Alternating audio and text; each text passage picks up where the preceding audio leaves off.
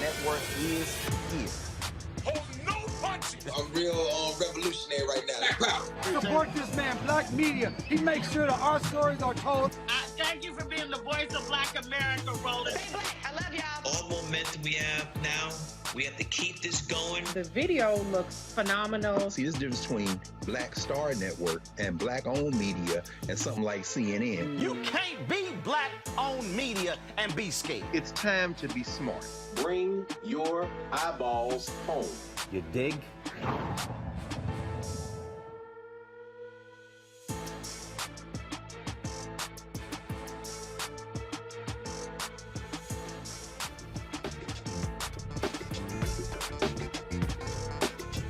Today is Thursday, June 9th, 2022. Coming up on Roland Martin Unfiltered, streaming live on the Black Star Network. Breaking news out of Maryland.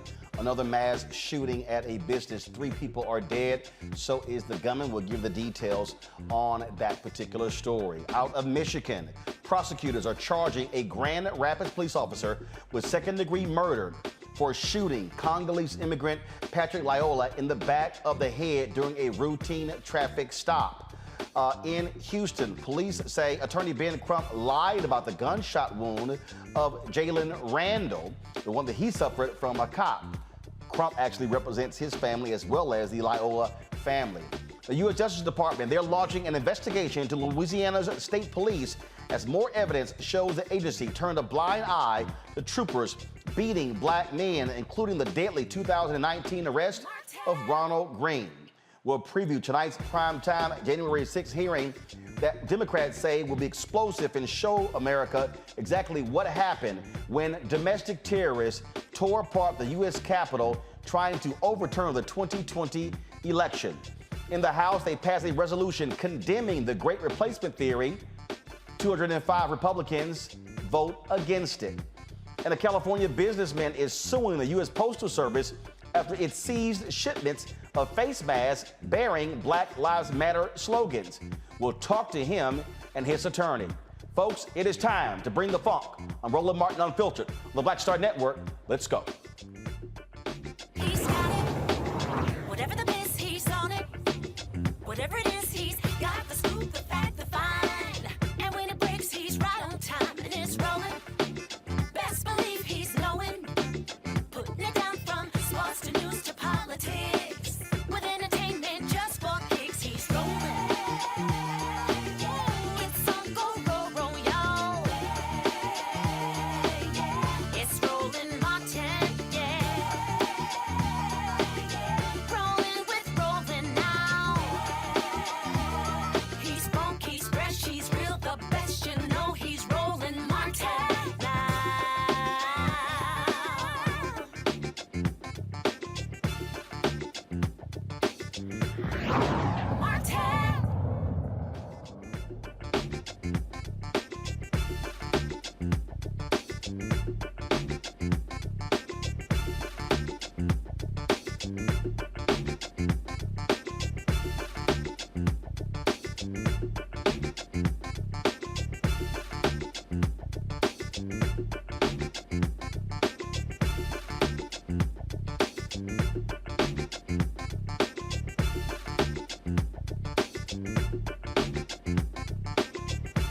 All right, folks, breaking news out of Maryland where 3 people are dead, 1 person injured when a shooting took place at the Smithsburg manufacturing facility.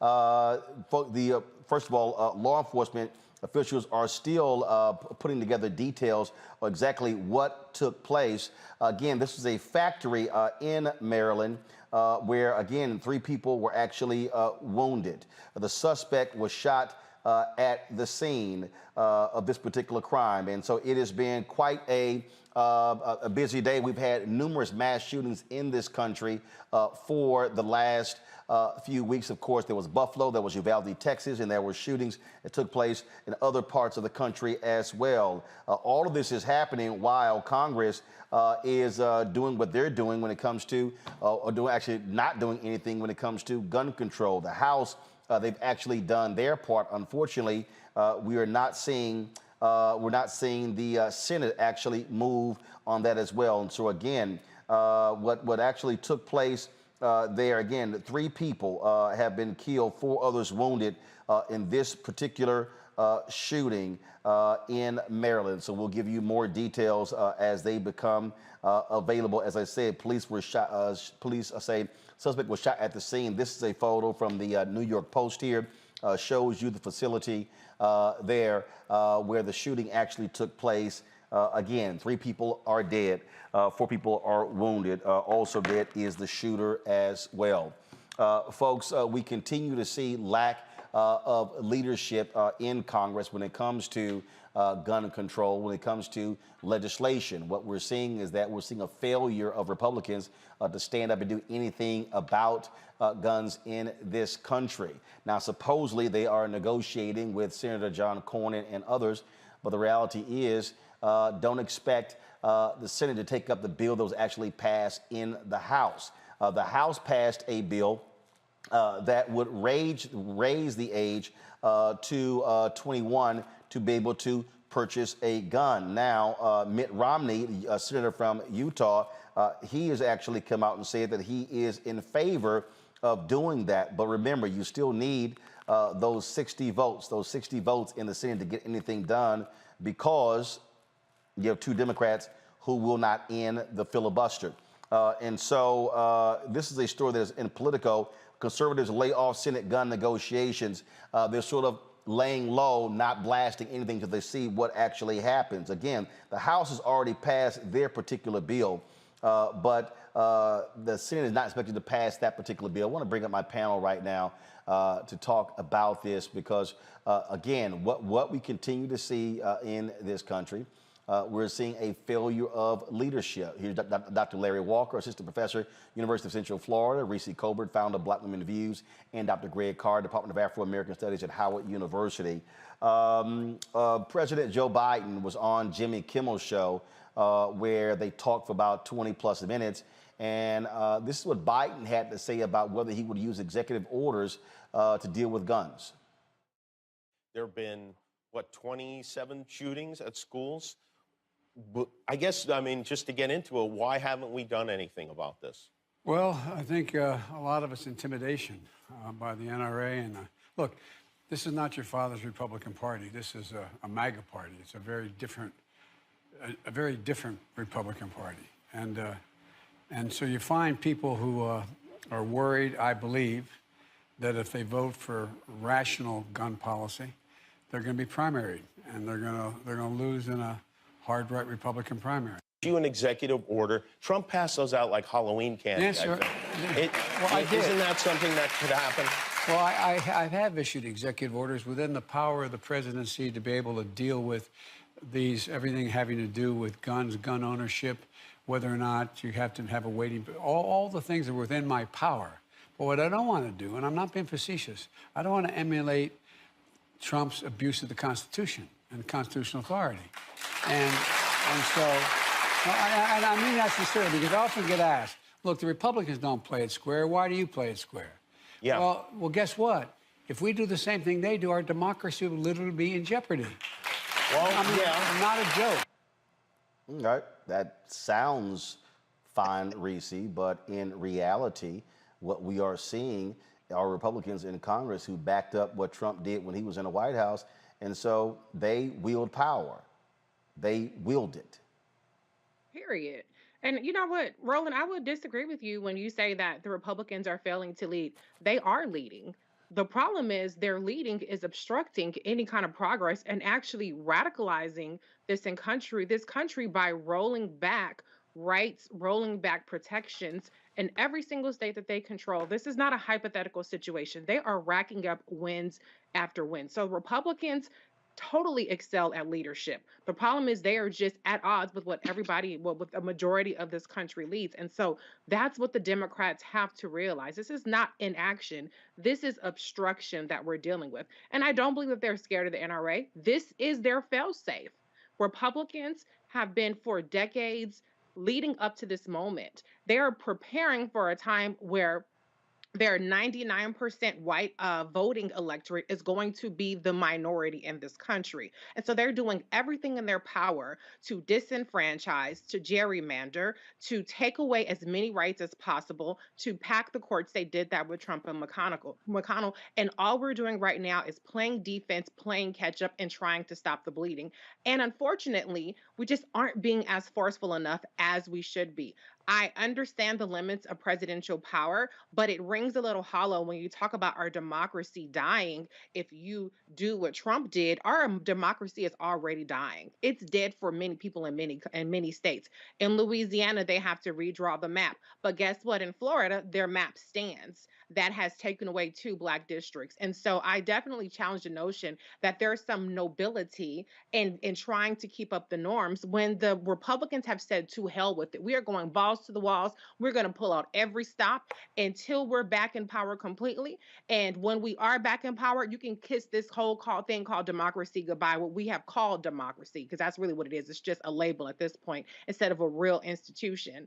And so wake up, wake up to the situation. If you have an executive order and it gets batted down, so be it. Deal with it when it comes. But this lack of ability to push the envelope is going to just continue to rack up more losses and further disillusion people who are looking to the Democrats to do something. And you can explain the nitty-gritty about civics and this power and this branch and that branch, but that message is not resonating with the large swath of this country that you need to turn out in the polls in November. Larry recently mentioned Florida and that particular point there, where Governor Ron DeSantis said the hell with what the legislature was doing. He would draw his own maps. Republicans control the Supreme Court there, and so you're Republicans that control the legislature. And so when you control all the levels of power, you can do what you want. And we see the Florida Supreme Court said, yes, his districts will stand.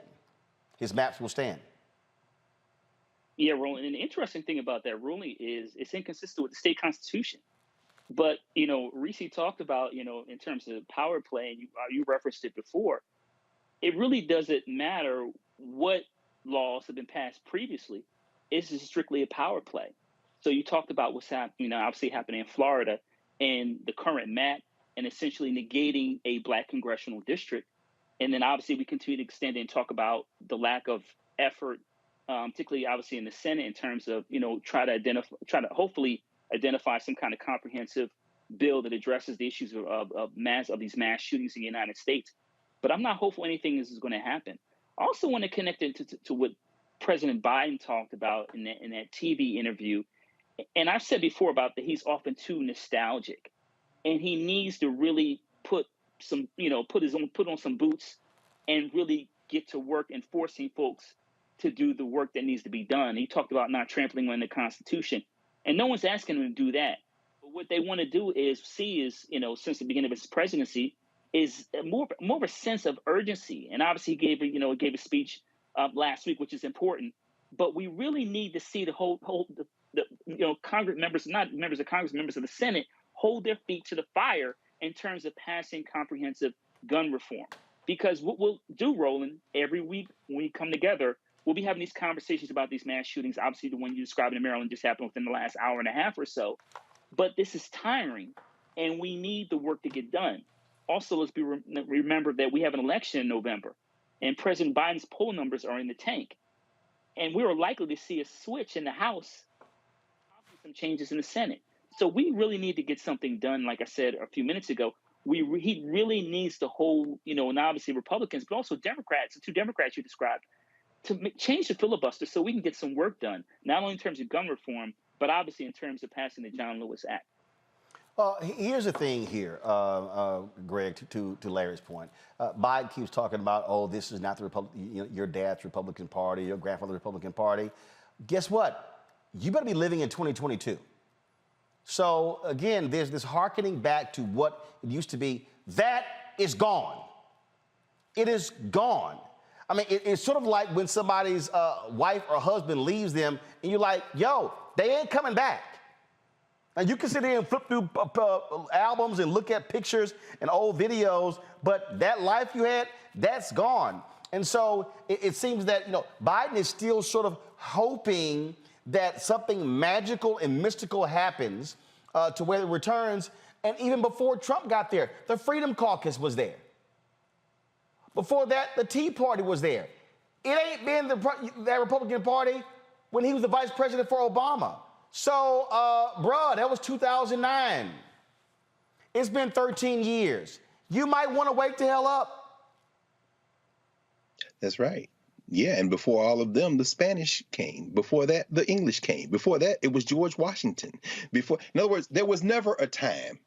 We shouldn't be looking backward at all.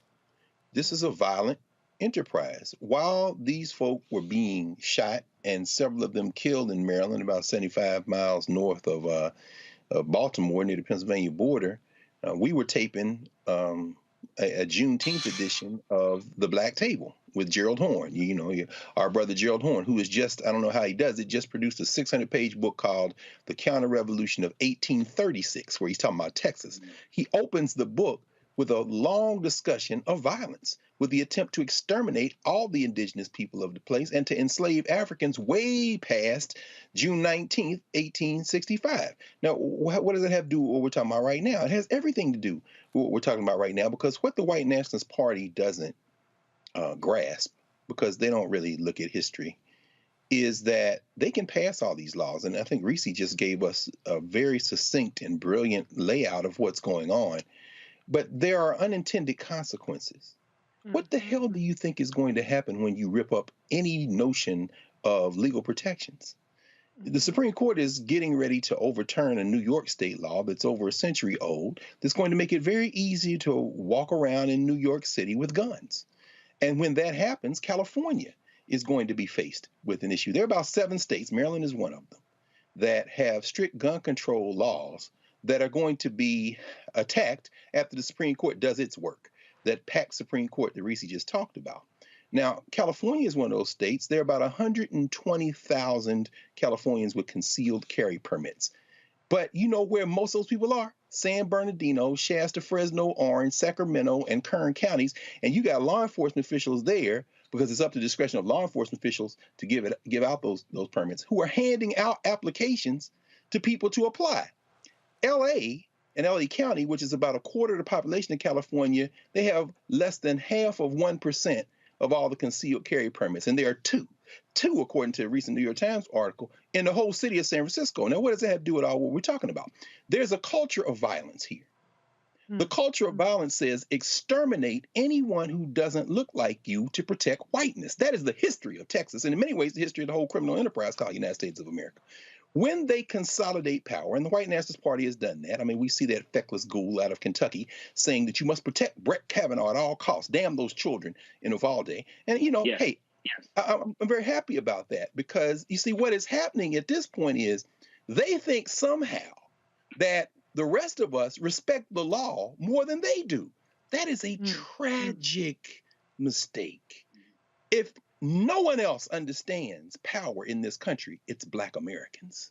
So the minute you take away all of the barriers to prevent people from getting guns, guess who will then say, well, let me go get my gun? It ain't going to be them white people that already got them in them 5 counties in California I already talked about. It's going to be them cats that say, I don't know about politics, but all I know is I got to protect myself. I should say one other thing. I spent the morning with some students from Minneapolis and St. Paul, some high school students who are in town.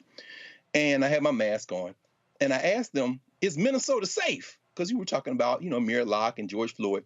And one of the young guys said, is middle school safe? Then they all started laughing because they couldn't hear me through the mask. But that opened up a conversation. You know how terrified young people are in this country right now of loud sounds, of arguments they hear going on. And they talked about how they don't feel safe in this country. Well, guess what? How long before the parents of those young people say, we don't feel safe, so maybe we should start shooting first, since the police shoot first? Unintended consequences. You're not going to win what you think you win by ignoring the rest of us. Indeed. Folks, got to go to a break. We come back. We're going to talk about the case out of Michigan where a cop being charged with second-degree murder. He's already turned himself into authorities. That and more on Roland Martin Unfiltered. Folks, download the Black Star Network app, available on all platforms: Apple phone, Android phone, Apple TV, Android TV, Roku, Amazon Fire TV, Xbox One, Samsung Smart TV. Also, please join our Bring the Funk fan club. With every dollar you give goes to support our show. We're asking 20,000 of our fans on an annual basis to give a minimum of $50. That's $4.19 a month, 13 cents a day. Some give less, some give more. We appreciate every dollar. Checks and money orders can go to P.O. Box 57196, Washington, D.C. 20037-0196.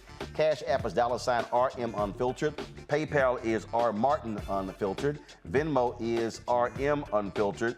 And of course, Zelle is Roland at RolandSMartin.com, Roland at RolandMartinUnfiltered.com. Let me shout out Ann Williams, David, Ronald Pierce, Lizelle Thomas Connors, Cordell, Angie, also known as Mocha Mima, and William Smith, Donald Rush, Donald White, Linrita Farmer, for Jeffrey Carter and Zelma Hale for their contributions to our Bring the Funk fan club. We'll be right back.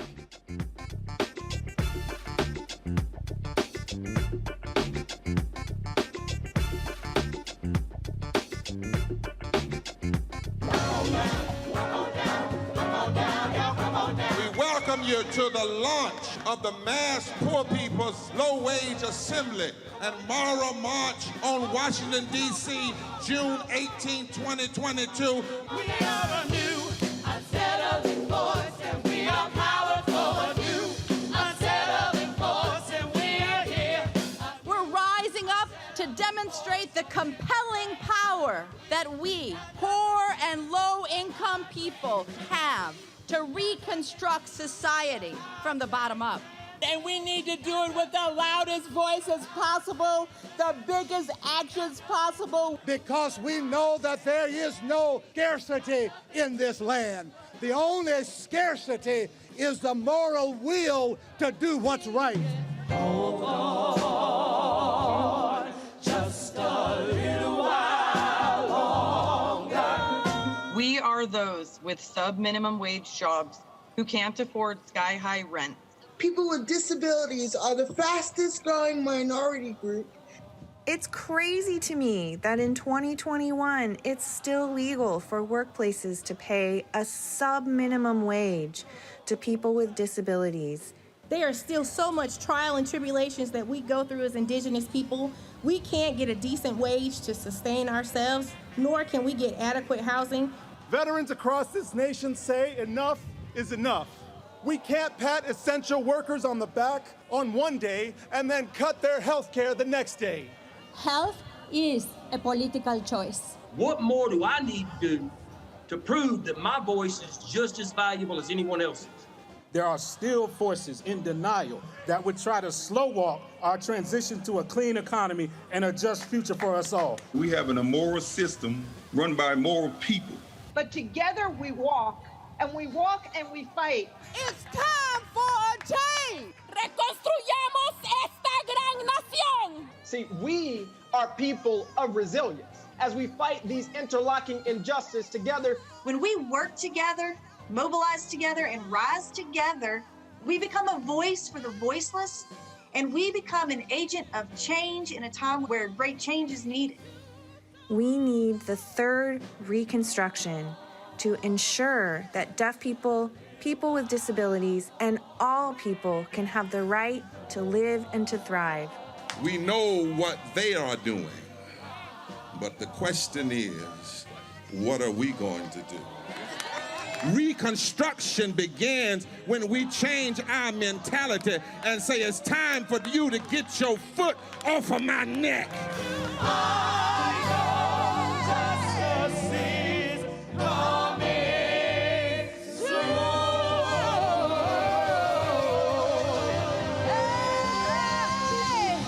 Black TV does matter, dang it.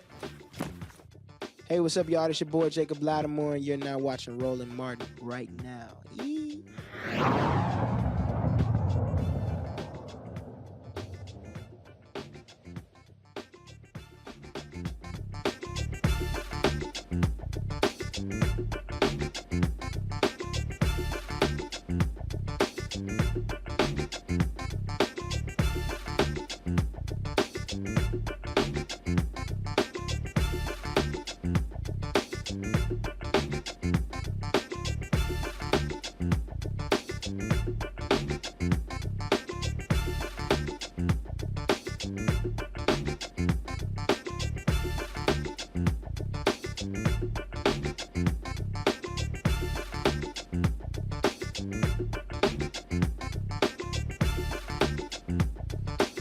Folks, the district attorney in Michigan today announced charges for a cop who killed Congolese immigrant Patrick Lyoya. Kent County, Michigan prosecutor Chris Becker is charging the white officer with second-degree murder. Now, folks, remember, Lyoya was shot in the head during a routine traffic stop. We showed you the video. We had his family members on. And again, that was a scuffle there when Lyoya tried to step away. This took place in April. The prosecutor announced the charges today against Grand Rapids officer Christopher Schur, weeks after this took place. Detective Sergeant Aaron Tubergen really did an excellent job. He's done everything I requested of him, even on some of the follow-up. And so it's made a difficult situation, obviously a little bit easier to have a partner that you can work with. Based on his investigation, based on everything he has provided to me, I've made the decision to charge Christopher Schur with one count of second-degree murder. Second-degree murder is a felony offense. It is punishable by up to life in prison with the possibility of parole. As it stands now, this is merely an allegation, and as with any defendant, he is presumed innocent until proven guilty beyond a reasonable doubt in a court of law. The elements of second-degree murder are relatively simple. First, there was a death done by the defendant. And then when the killing occurred, the defendant had one of these three states of mind: an intent to kill, an intent to do great bodily harm, or the intent to do an act that the natural tendency of that act would be to cause death or great bodily harm. And finally, that the death was not justified or excused, for example, by self-defense.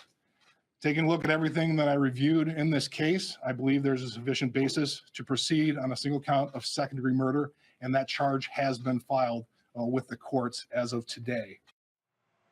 It is always surprising to us, Greg, when this actually happens, because oftentimes, district attorneys look out for police. And I keep saying this for all these people out here, and I see these people post stuff on social media, in chat rooms and others. Man, all this marching and protesting, all this stuff does not mean anything. I can guarantee you the fact that we have seen in the past several years an increase in police officers who are being charged with murder, who are going to trial, is a direct result of people going to the streets and demanding accountability. You're absolutely right, Roland. For anyone who may have incidentally seen some of the testimony in recent weeks before the Grand Rapids, their equivalent of the city council, it's been quite striking. Citizens of all backgrounds, all races and cultures. I watched this teenage young lady who was at the microphone testifying with a number of her classmates behind her. She happened to be of African descent, but there were a number of students behind her who were not. And they blistered that city council. I mean, blistered it. And so, if anyone can say, well, that doesn't make any difference. Oh, no, you just go look at some of that testimony. Go look at some of the people said. They said, we're fed up. We're not going to have it anymore.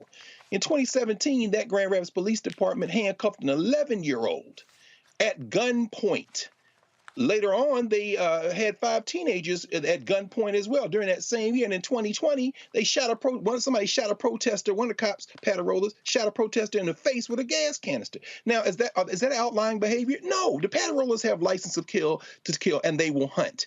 Now, the prosecutor in this case, certainly the charge is there. Any reasonable finder of fact should be able to convict that person, but we know the Patarollas may get off.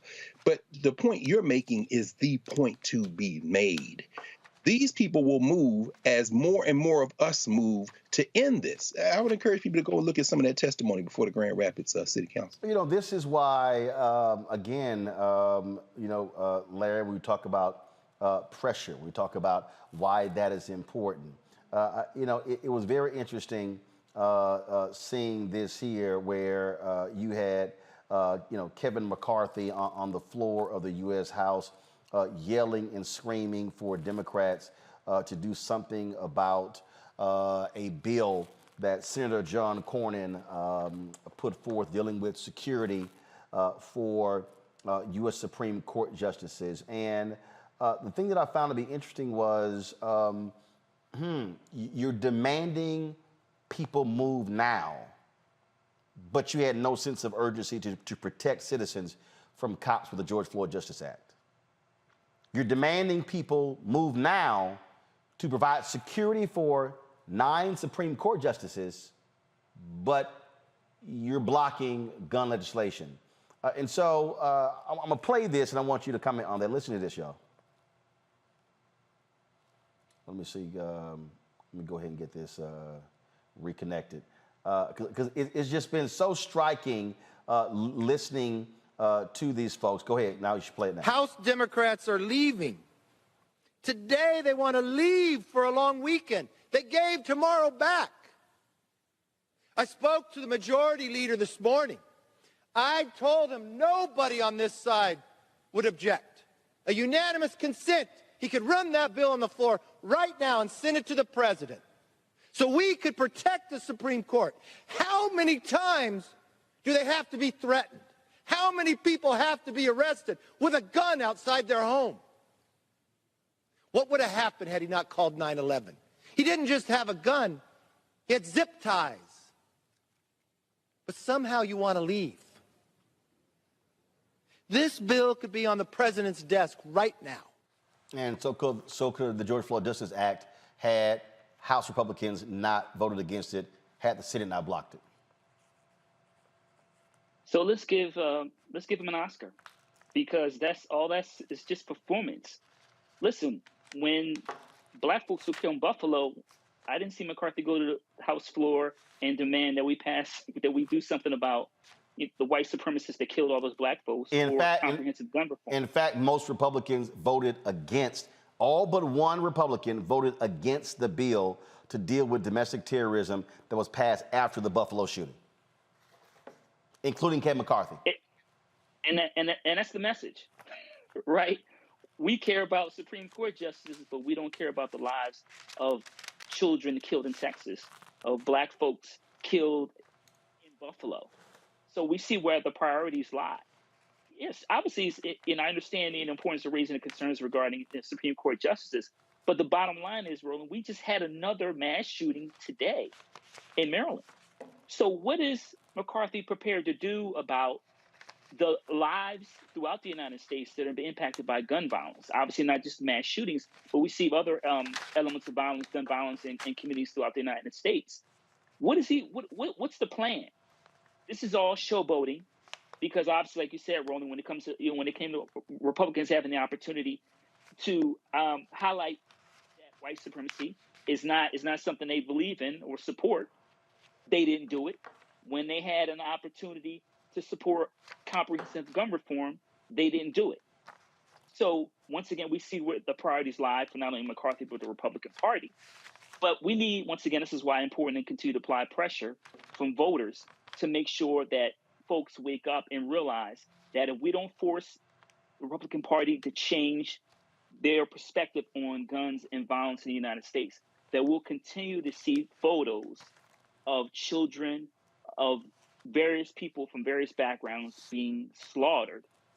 And then it will continue over and over again. And I am certainly, as one person, tired of seeing these montages of lives lost. And this is why, Reese, they must be confronted at every turn. This is why I believe that the families of people killed by police should call for their own White House meeting, and should call on President Biden to tell Senator Tim Scott and Senator Lindsey Graham and Mitch McConnell and Republican leadership to meet him there and look them folks in the eye and explain why they have not moved on the George Floyd Justice Act. And here's the whole piece. I perfectly agree with security for public officials, whether they are Supreme Court justices or leadership of the House and Senate and the White House. But how about you have the same vigor to protect American people? Well, they won't have the same vigor, because what they want to do is insulate themselves from the radical lurch that the Supreme Court in particular is pushing this country forward. I mean, Justice Sotomayor, in her dissent on a case that was Supreme Court ruling that came out, I believe it was yesterday, talked about how the right-wing court is remaking itself and remaking America to the point to where border agents can go in without a warrant and beat the shit out of people, and you can't sue them. You have no recourse about it. And so what Republicans understand, like Kevin McCarthy understand, the urgency they have around this is the fact that the Supreme Court is sitting on a lot of very radical decisions that they haven't released yet because the PR from it will look horrible to say that you don't have to have concealed carry permits when kids are being slaughtered in schools. And when you're basically undoing any kind of protections that even the states can impose on their own citizens, the Supreme Court is embarrassed, but they're not shamed enough to ever do the right thing. And so that's what the urgency is about here. But guess what? When you don't want to protect people around the border within 100 miles of a border, which is, I believe, 60% of the population, was what I read. When you don't want to protect Black people from getting killed by the police, when you don't want to protect children from being slaughtered in schools and elders from shopping in grocery stores, then you can go to hell in a handbasket. You can be in the same boat as the rest of us. So I'm not for violence against Supreme Court justices. I'm not saying that in any way, shape, or form. But what I'm saying is, if there is a backlash, it's a backlash that you brought upon this country. And you don't get to sit in your ivory tower and watch everything go to flames. You're going to be down here in the trenches with the rest of us dealing with the fallout. Folks, that particular police officer, as I said, turned himself into authorities. He is set to be arraigned tomorrow. Second-degree felony murder is an offense punishable by up to life in prison without the possibility of parole. And so we'll certainly see what happens next. Now, Ben Crump is representing the family in that case. Now the Houston police chief is calling out Ben Crump, who is representing the family of Jalen Randle, who was shot and killed by cops there. The chief says that Crump made false claims regarding the death of Randle. Chief Troy Finner said the official autopsy results are pending, but preliminary results indicate there was one gunshot wound to the front of Randle's neck. Here's a statement that they released about the independent autopsy results being released by Crump. And then the chief says, this afternoon, I met with several community leaders to brief them on false information being released regarding the fatal incident involving Mr. Randle. We respect and understand emotions and pain that families who have lost loved ones go through during these investigations. Having said that, the family attorney, Mr. Ben Crump, who I respect as an advocate for justice, is claiming Mr. Randle was shot in the back of the head. This is a false statement. To publicly make such a false claim is irresponsible. While official autopsy results are pending, preliminary results indicate there was one gunshot wound to the front of Mr. Randle's neck. Mr. Crump and his team have publicly stated and used a diagram to indicate the gunshot wound was to the back of Mr. Randle's neck. While this is only one component of a comprehensive investigation, it is necessary to correct the misinformation. I take everyone in our community to not rush to judgment and wait for the investigations to be complete. Now, we did reach out today to try to get Ben Crump on today's show, but unable to book him, and so we certainly will continue to do that to try to reach him. I actually will be in Los Angeles tomorrow with Ben Crump and his organization because they have their Equal Justice Now Awards taking place tomorrow. There are a number of people who are going to be honored, and I am one of those folks who will be honored with their Excellence in Broadcast Journalism Awards. And so, yeah, I'll be talking to Ben tomorrow. So hopefully we will get his reaction to this. Now, the Randle family says they want the officer who pulled the trigger to be indicted. Now, this is also the statement that the Randles released. Shortly after Jalen was killed, we spoke directly to emergency medical professionals who told us that Jalen was shot in the back of the neck. Randle parents said in the statement, the funeral home director told us specifically that there was no bullet wound in the front of the neck, only the back. As a family, we have been trying to find peace since Jalen was killed. It is extremely difficult to find peace when the very people who executed Jalen are seeking to discredit us and the people who have been helping us advocate. And so, again, we will be following this story through its conclusion. All right, folks, got to go to a break. We come back. The Department of Justice, they are launching an investigation into the Louisiana State Police for their actions when it comes to the killing of black men, including Ronald Greene. We'll tell you that and show you some of that news conference today by the Department of Justice's Civil Rights Division.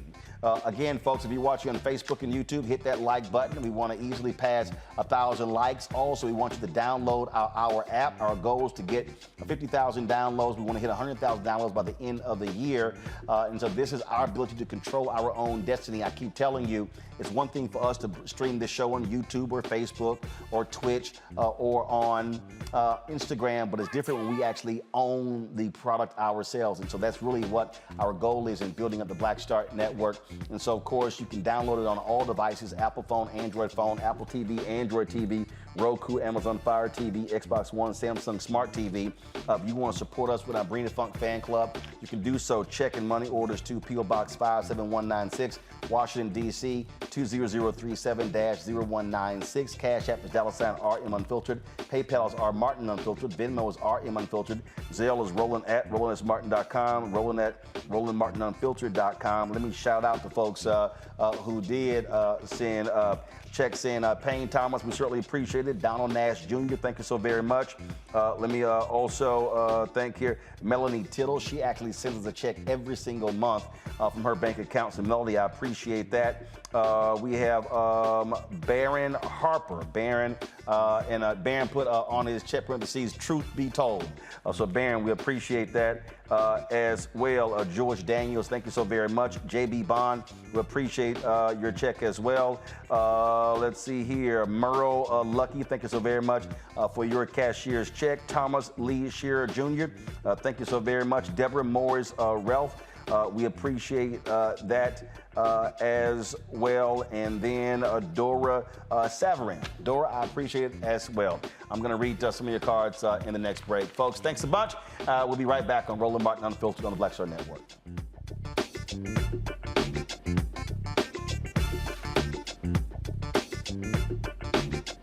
On the next A Balanced Life with Dr. Jackie, we're talking all things mental health and how helping others can help you. We all have moments where we have struggles, and on this week's show, our guests demonstrate how helping others can also help you. Why you should never stop giving and serving others on a next A Balanced Life here on Black Star Network.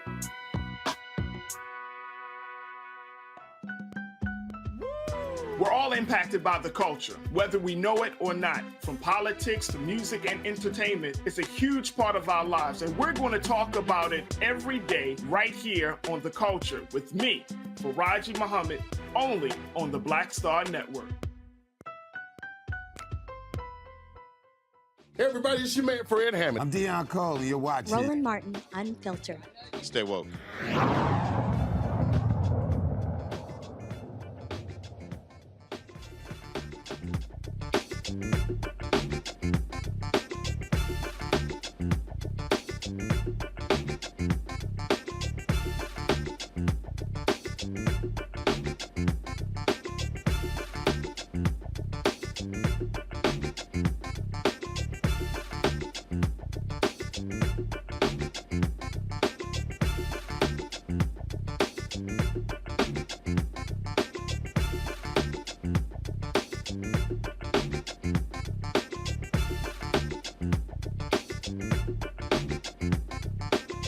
All right, the U.S. Justice Department Civil Rights Division, they're opening a sweeping civil rights investigation into the Louisiana State Police. Assistant Attorney General Kristen Clark made the announcement earlier this morning. There are other reports of unwarranted force after pursuits involving the use of tasers and blows to the head. Our investigation will be thorough and comprehensive. This marks the first statewide pattern or practice investigation of a law enforcement agency that the Justice Department has opened in more than 2 decades. The investigation will also involve unprecedented cooperation among the Civil Rights Division and all 3 United States Attorney's offices. The goal is to promote transparency and accountability, which ultimately will increase public trust. I'll note that this investigation marks the 75th investigation of a law enforcement agency conducted since Congress entrusted the Department of Justice, and only the Department of Justice, with the authority to conduct pattern or practice investigations of law enforcement agencies. We take this responsibility seriously. Every American, regardless of race, has the right to constitutional policing. And we know constitutional policing is necessary to ensure public trust and to enhance public safety. Now, the investigation comes amid mounting evidence that the agency has looked the other way in the face of beatings of primarily black men, including the 2009 deadly arrest of Ronald Greene. The announcement of a pattern or practice probe comes more than 3 years after white troopers were captured on long-withheld body camera video beating, stunning, and dragging Greene on a rural roadside near Monroe, Louisiana. No one has been charged in the case. Mona Hardin, Ronald Greene's mother, will be on the show tomorrow. This is something that, Reese, a number of groups have been calling for this investigation. Normally what happens when things happen on local level, they call in the state police, but in this case, they can't trust the state police. The governor has been interrogated in terms of when he was made aware of this particular case. They initially told Ronald Greene's family that he died in a car accident, and the truth came out. We've seen story after story. But again, let me say why elections matter. For all the people out there who keep posting nonsensical stuff saying, oh, black people have not gotten this and Biden has not done that. Let me remind everybody who runs their mouth, who listens to idiotic people on social media, who were saying that Biden is the same as Donald Trump. And that is this. The Trump administration made it clear they do not want to investigate police departments. They made it clear they did not want to look into them because they said it was hurting the morale of police. And you have seen more and more examples coming out of the Civil Rights Division, now led by Kristen Clark, of this administration holding correctional officers, holding police departments accountable, and holding individuals who commit hate crimes. We've seen people who have been charged, folks who have been convicted. And so the reality is this: there's no doubt in my mind that if a Republican president was sitting in the White House, you would not have this announcement today. Oh, 100%. So shout out to Kristen Clark. She's been doing a really phenomenal job. And, you know, I remember a lot of these representation doesn't matter kind of debates people had, people whether it was white progressives or black people aligned with the white progressives. But I think Kristen Clark is a prime example of why it matters that we have somebody like us who's for us and by us in this position. This is the actual 5th pattern and practice investigation that's been launched by the Department of Justice. They are doing one on Minneapolis. They've launched one on Phoenix, Mount Vernon, New York, Louisville, and now we have Louisiana. And the thing that's really rare about this is the first statewide pattern and practice investigation over 2 decades. So this is not something that's very common. And you know that happened. That looks like Reese froze. Reese, you still there? Yeah, can you hear me now? Now we got you. Go ahead. You froze there. Go ahead. Yeah. Okay. Yeah. So yeah, I was saying that this is the first time they're doing a statewide investigation in 2 decades. All right, we're having some issues with Reese's connection. Let me go to Larry. Listen, Roland, I was in Baltimore after Freddie Gray's murder, and obviously they had the pattern of practice investigative probe, and eventually signed a decree with the city of Baltimore. And I think one of the things in terms of why these investigations are important is they found, in terms of their investigation, that, you know, black men in Baltimore City were being stopped repeatedly and not found to have anything, you know, that was illegal. So if anything else, and like I said, I know there have been conversations about how effective these, you know, if there's a consent decree to sign, how effective they are. But I think these investigations are important because it identifies corruption, hopefully roots it out, and it will force the state of Louisiana to make changes. It shouldn't take several years after we have clear video of a black man being lynched on a highway for them to do anything about it. So I congratulate DOJ from doing this. And as you highlighted, Roland, they've been consistent in terms of investigating, various jurisdictions that are obviously not doing what they're supposed to do in terms of making sure the civil rights of citizens are being met. And once again, I think this is important. I think they should continue to do this and hold people responsible, because once again, it's tiring to consistently see black people being killed on roadsides or anywhere else. And we have to finally do something about it. So these probes are really important. Once again, it'll provide a lot of statistics about how black folks are disproportionately stopped in Louisiana. I found that black people make up about a third of the population, but they're more than twice likely to be stopped or being engaged in some kind of assault by police officers. And that's ridiculous. So I'm glad, like I said, this probe is going to be conducted, and hopefully they'll get to the bottom of this issue. And Greg, keep in mind what you heard Larry just say there. It was the Trump administration, when they came in, Jeff Sessions, they wanted to get rid of that consent decree in Baltimore. And it was Baltimore that fought for it, and the federal judge said, absolutely not, we're moving forward. And so, again, for the people out there who say, oh, this is no big deal, no, it is something that is important, because for all of these people who say that, guess what? You ain't speaking for Ronald Greene's mama.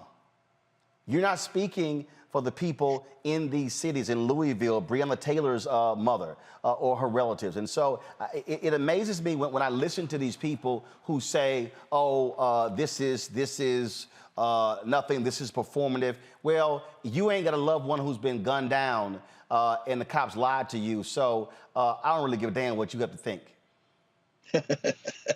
Well, let's say it is performative. Let's say it is performative.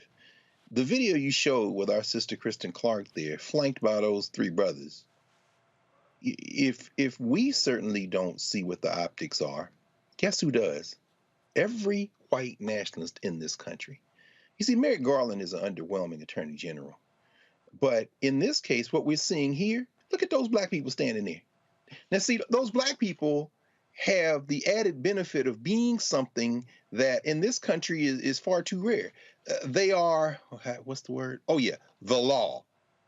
Do you know how much fear this is exactly what white nationalists have been fighting against since they started this criminal enterprise? Now, in the case of Louisiana, you're absolutely right, Roland. You're not Aaron Larry Bowman, who got hit 18 times with a flashlight by this cop, Jacob Brown, who has tallied 23 use of force violations for Louisiana State Police since 2015, 19 of which have been black people. So, on the ground, it makes a big difference. Now, it's funny, we just passed Prince's birthday this week. You see, he would have been 64. And we all remember when Prince came to Baltimore, performed his song Baltimore in the wake of what happened to Freddie Gray and the uprising that took place there. And we all went up to Baltimore. And I know we will never forget seeing every kind of police vehicle, tanks, horses on the damn freeway. Where did all these damn police come from? But you know what they faced? They met thousands, tens of thousands of people in the streets of Baltimore that said enough is enough. So, I mean, at the end of the day, none of the societal problems we have are going to be solved overnight. And this is a long distance struggle. It isn't one election cycle. It isn't one protest. It isn't one anything. It is a long distance struggle. And as we'll see tonight with the January 6th Commission, this country suffers too many times from amnesia. And what the White Nationalist Party has done, they've decided we're not even trying to convince anybody. We are going to cape. Reese framed it beautifully at the beginning of the show. We're going to cape for what we cape for and damn the rest. Now it's up to the rest of us to decide, okay, we're going to stop talking to y'all too. It's time to overwhelm you now. And this is just another step in that direction. It is. And so, folks, again, what we just continue to see, folks, is just the kind of behavior that is consistent by police departments around this country continues. And then you have those people who say the George Floyd Justice Act isn't important. This is why.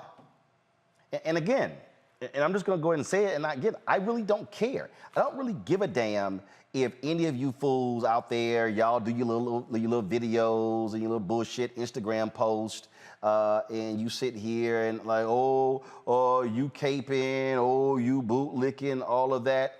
This is very simple. The United States Senate is 50-50 right now. There are 2 Democrats who do not want to get rid of the filibuster. So for all y'all people, and I see your little bullshit little tweets, and your little posts on Facebook, and your little IG posts, and your little TikTok videos, and your little Snapchat videos. I see all your little BS. And I can call you by names, but I won't, because that's the most attention you've ever gotten in your life. Yeah, I'm talking to all you so-called new black media people who I never seem to see show up at anything black. But y'all love talking your mouths, love running your mouths on YouTube and Twitter and social media. Here's the thing. For all the things that you claim you want, tell me how you're going to get it.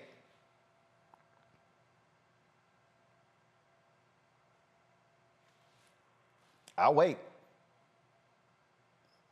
Tell me exactly how you're going to get the things that you claim that you want if you do not change the very people who are in place. Dallas Mayor Ron Kirk later became trade representative for President Barack Obama. Ron's one of my golf buddies. Ron's like, Roland, all that other bullshit don't mean nothing unless you can count votes. And when you can count votes, and you got the votes in your pocket, that's when you know you won. So if I sat here and did some math, and I said, if the same people who love to post and tweet and run their mouths would actually use that energy to push Sherry Beasley in North Carolina, she'll be the next United States Senator, which means you can take one off the board for the Republican Party. And if Fetterman, and there's some issues with Fetterman, but I'll take a Fetterman over Dr. Oz any day. That now takes another Republican off the board. Wisconsin's primary is going to be coming up. The person leading on the Democratic side is Lieutenant Governor Mandela Barnes. So imagine if Mandela Barnes takes out Senator Ron Johnson in Wisconsin.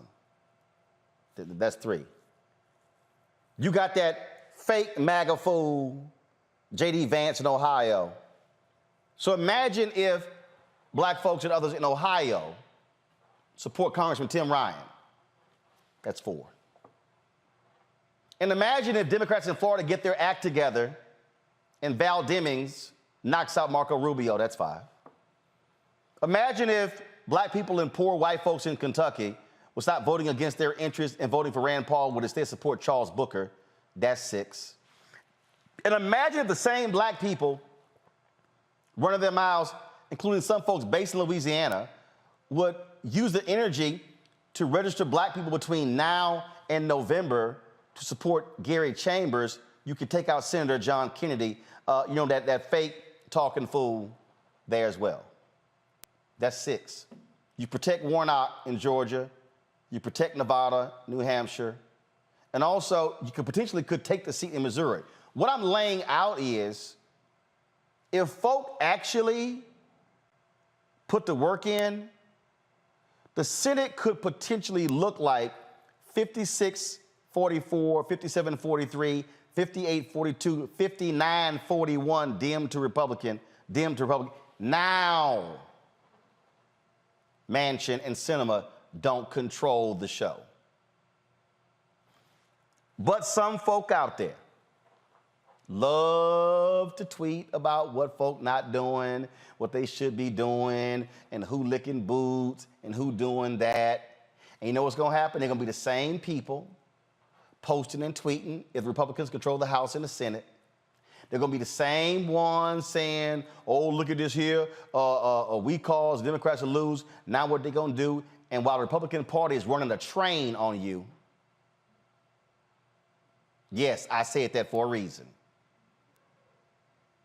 While they running a train on America, you're going to be sitting your happy ass there on social media saying, see, look what I told you. All the while, get nothing that you claim you want. But go ahead and play around with that America. Because, see, I can already pull the story up and show you how the Republican Party, they are already planning. Y'all think I'm lying? This is political right here, y'all. They are already planning. Look right here. Look, let me pull it up. I'm gonna show you this here. Just in case y'all think I'm lying. Just in case y'all think I'm lying. They already planning what investigations they're going to launch when they take control in 2023. Y'all, they're already planning it. They're going to give Marjorie Taylor Greene her committees back if they take over and she wins in Georgia. They're going to fully endorse and support these white supremacists. But y'all go right around and keep playing. Go right ahead, keep playing. And then rerun this video. Then when I say hashtag, we tried to tell you. Because we're trying to tell you right now.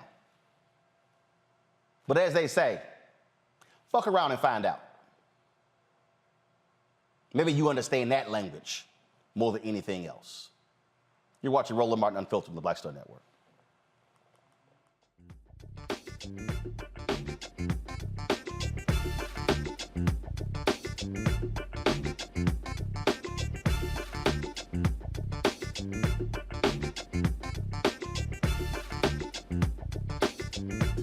On the next Get Wealthy with me, Deborah Owens, America's Wealth Coach, you'll hear from Elizabeth Davis. She left a flourishing career in the construction industry to build her own business using her same skill sets. And oh, by the way, now a multi-million-dollar business. Every day I was looking at my numbers rather than looking at them weekly or monthly. When you're first starting your business, my recommendation is look at your numbers every day, because are they balancing out each day? If they're not balancing out for 3 days in a row, that means your week is going to be off. That's right here on Get Wealthy, only on Black Star Network. I'm Dr. Greg Carr, and coming up on The Next Black Table, we're speaking with Dr. Lucius T. Outlaw Jr., master teacher and philosopher.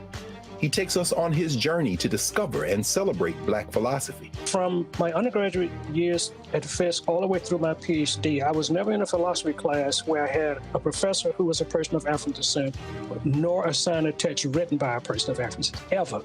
How he pushed back at those who said there was no such thing, and got us all thinking about what it means to be Black. That's on The Next Black Table, exclusively on the Black Star Network.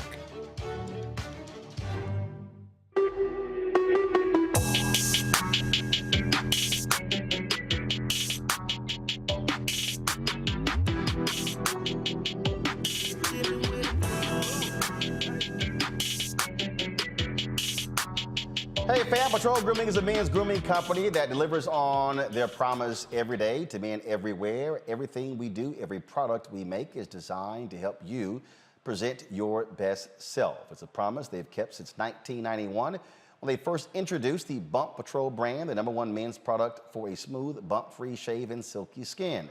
Millions of customers count on their exceptional skincare products, which can be found at more than 30,000 retail stores in more than 50 countries around the world. Now you can have exceptional beard and skincare products that are as unique as you are. Fellas, as we prepare to go back out into the world with COVID restrictions being lifted nationwide, it's time to get our groove back and lose that scruffy look.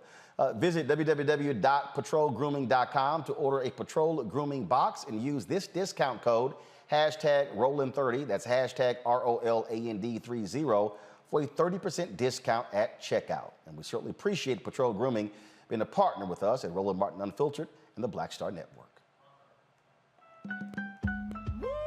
We're all impacted by the culture, whether we know it or not. From politics to music and entertainment, it's a huge part of our lives, and we're going to talk about it every day right here on The Culture with me, Faraji Muhammad, only on the Black Star Network. Hi, I'm Eric Nolan. What's up, y'all? I'm Will Packer. I'm Chrisette Michelle. Hi, I'm Chaley Rose, and you're watching Roland Martin Unfiltered.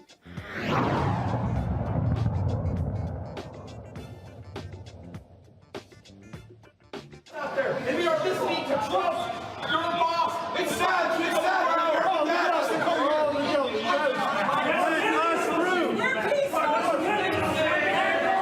Let the people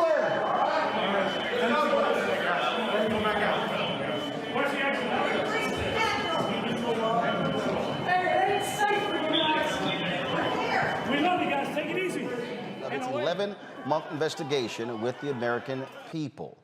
The committee reviewed more than 135,000 documents and interviewed more than 1,000 witnesses, including Trump advisors Jared Kushner, his daughter Ivanka Trump, Donald Trump Jr., Rudy Giuliani, and former Attorney General Bill Barr. The committee wants to prove former President Donald Trump was at the center of the illegal conspiracy to overturn the 2020 election.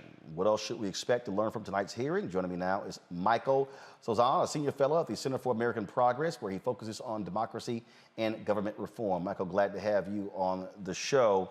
Already, Republicans are trying to say that this is, well, they've been saying it since it was formed, an illegal committee, that they are unjustified. They've got the communications arm of the Republican Party, Fox News, saying they're not going to show the hearings at all.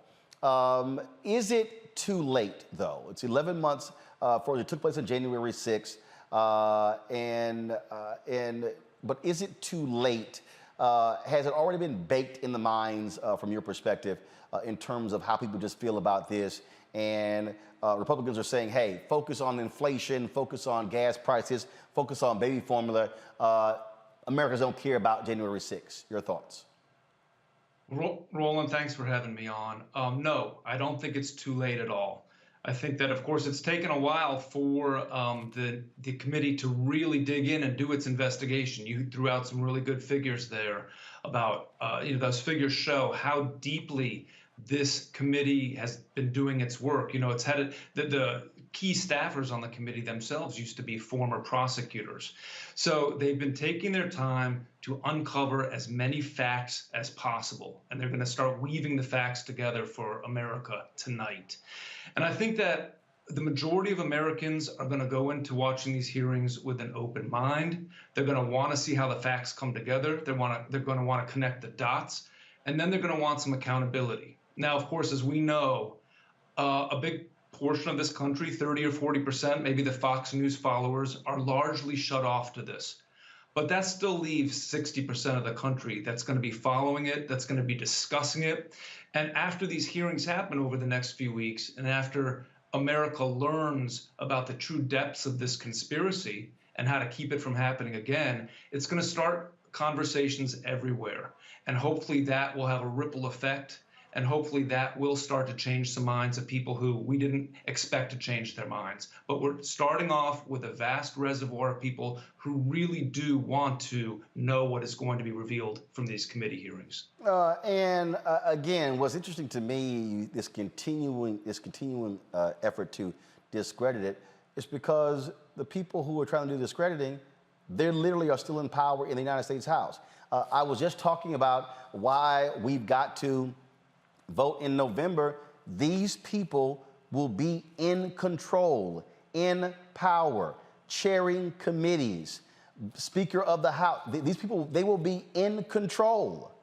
Yeah, they will. And they've already, several of these MAGA Republicans have already said that they're going to, if they take over the House, they're going to impeach President Biden in the House. So we know what they're already planning and what they're already cooking up. And that just links into this larger ongoing conspiracy, this effort by Trump and his MAGA allies, the extremist part of the Republican Party to engineer the results that they want. They tried to do it in 2020 throughout the presidential election cycle. This really came, obviously, Trump and his allies started doing this before actual election day. They did it through election day. They did it through January 6th. And this is an ongoing effort, an ongoing conspiracy where we're seeing Republicans, extremists in many states changing their state laws, enacting voter suppression laws, election sabotage laws, taking a number of other steps. We've also seen how a number of Trump's extremist allies are actually running for office and becoming their party's nominees, like Doug Mastriano, who is the Republican nominee for governor in Pennsylvania. So this is all part of an ongoing plan that I think is really going to be illuminated through the course of these hearings. And I think it's really going to help answer the question about how to bring accountability. Most importantly, how to keep this from happening again. I don't really care which party tries it. If Democrats try it in the future, then they should be held accountable for it as well. But if we don't get our hands around this and really see that MAGA extremists are pulling a lot of levers to try to take control of the House, the Senate, and especially the presidency in 2 years, our democracy is going to be in trouble. Also, I keep trying to explain to people that they cannot forget what Trump was complaining about. He was complaining about the votes in Fulton County. That's Atlanta, black people. He was complaining about the votes in Milwaukee and Wisconsin, black people. He was complaining about the votes in Detroit, Michigan, black people. He was complaining about the votes in Philadelphia, Pennsylvania, black people. So when Donald Trump was whining and complaining about the election being stolen, what he was saying to his white supporters, look at what those black people stole from us. Yep, I completely agree. And, you know, I research and write about democracy issues and election issues as my full-time job. And what I've been saying for a while, and I know that you and many others have been talking about this as well, Trump's entire effort, along with his allies, was really an attempt to stop the emergence of a vibrant, multiracial America. And they absolutely are trying to they were reacting to the protests a couple of years ago around the murder of George Floyd. We've always seen this backlash whenever there's been some sort of progress. But this backlash is very much about trying to keep the emergence of a multiracial society. I think they are very scared of what they saw in Georgia, which elected 2 Democrats and President Biden. And that's why this is all part of a big plan to be able to nullify the votes of millions of Americans and overturn valid election results when they wanted to. And I'm afraid that this could continue in the future unless we really get our hands around this, because this goes to the core of our nation. This is the core of what makes us a democracy, which is people should have their right to vote and have their votes count, and to not have leaders overthrow valid results. That's why this should matter to every American. Yeah, and what we have to understand is that these people, and I've been saying this, which is one of the reasons, look, my book is coming out in September called White Fear. They do not like the browning of America.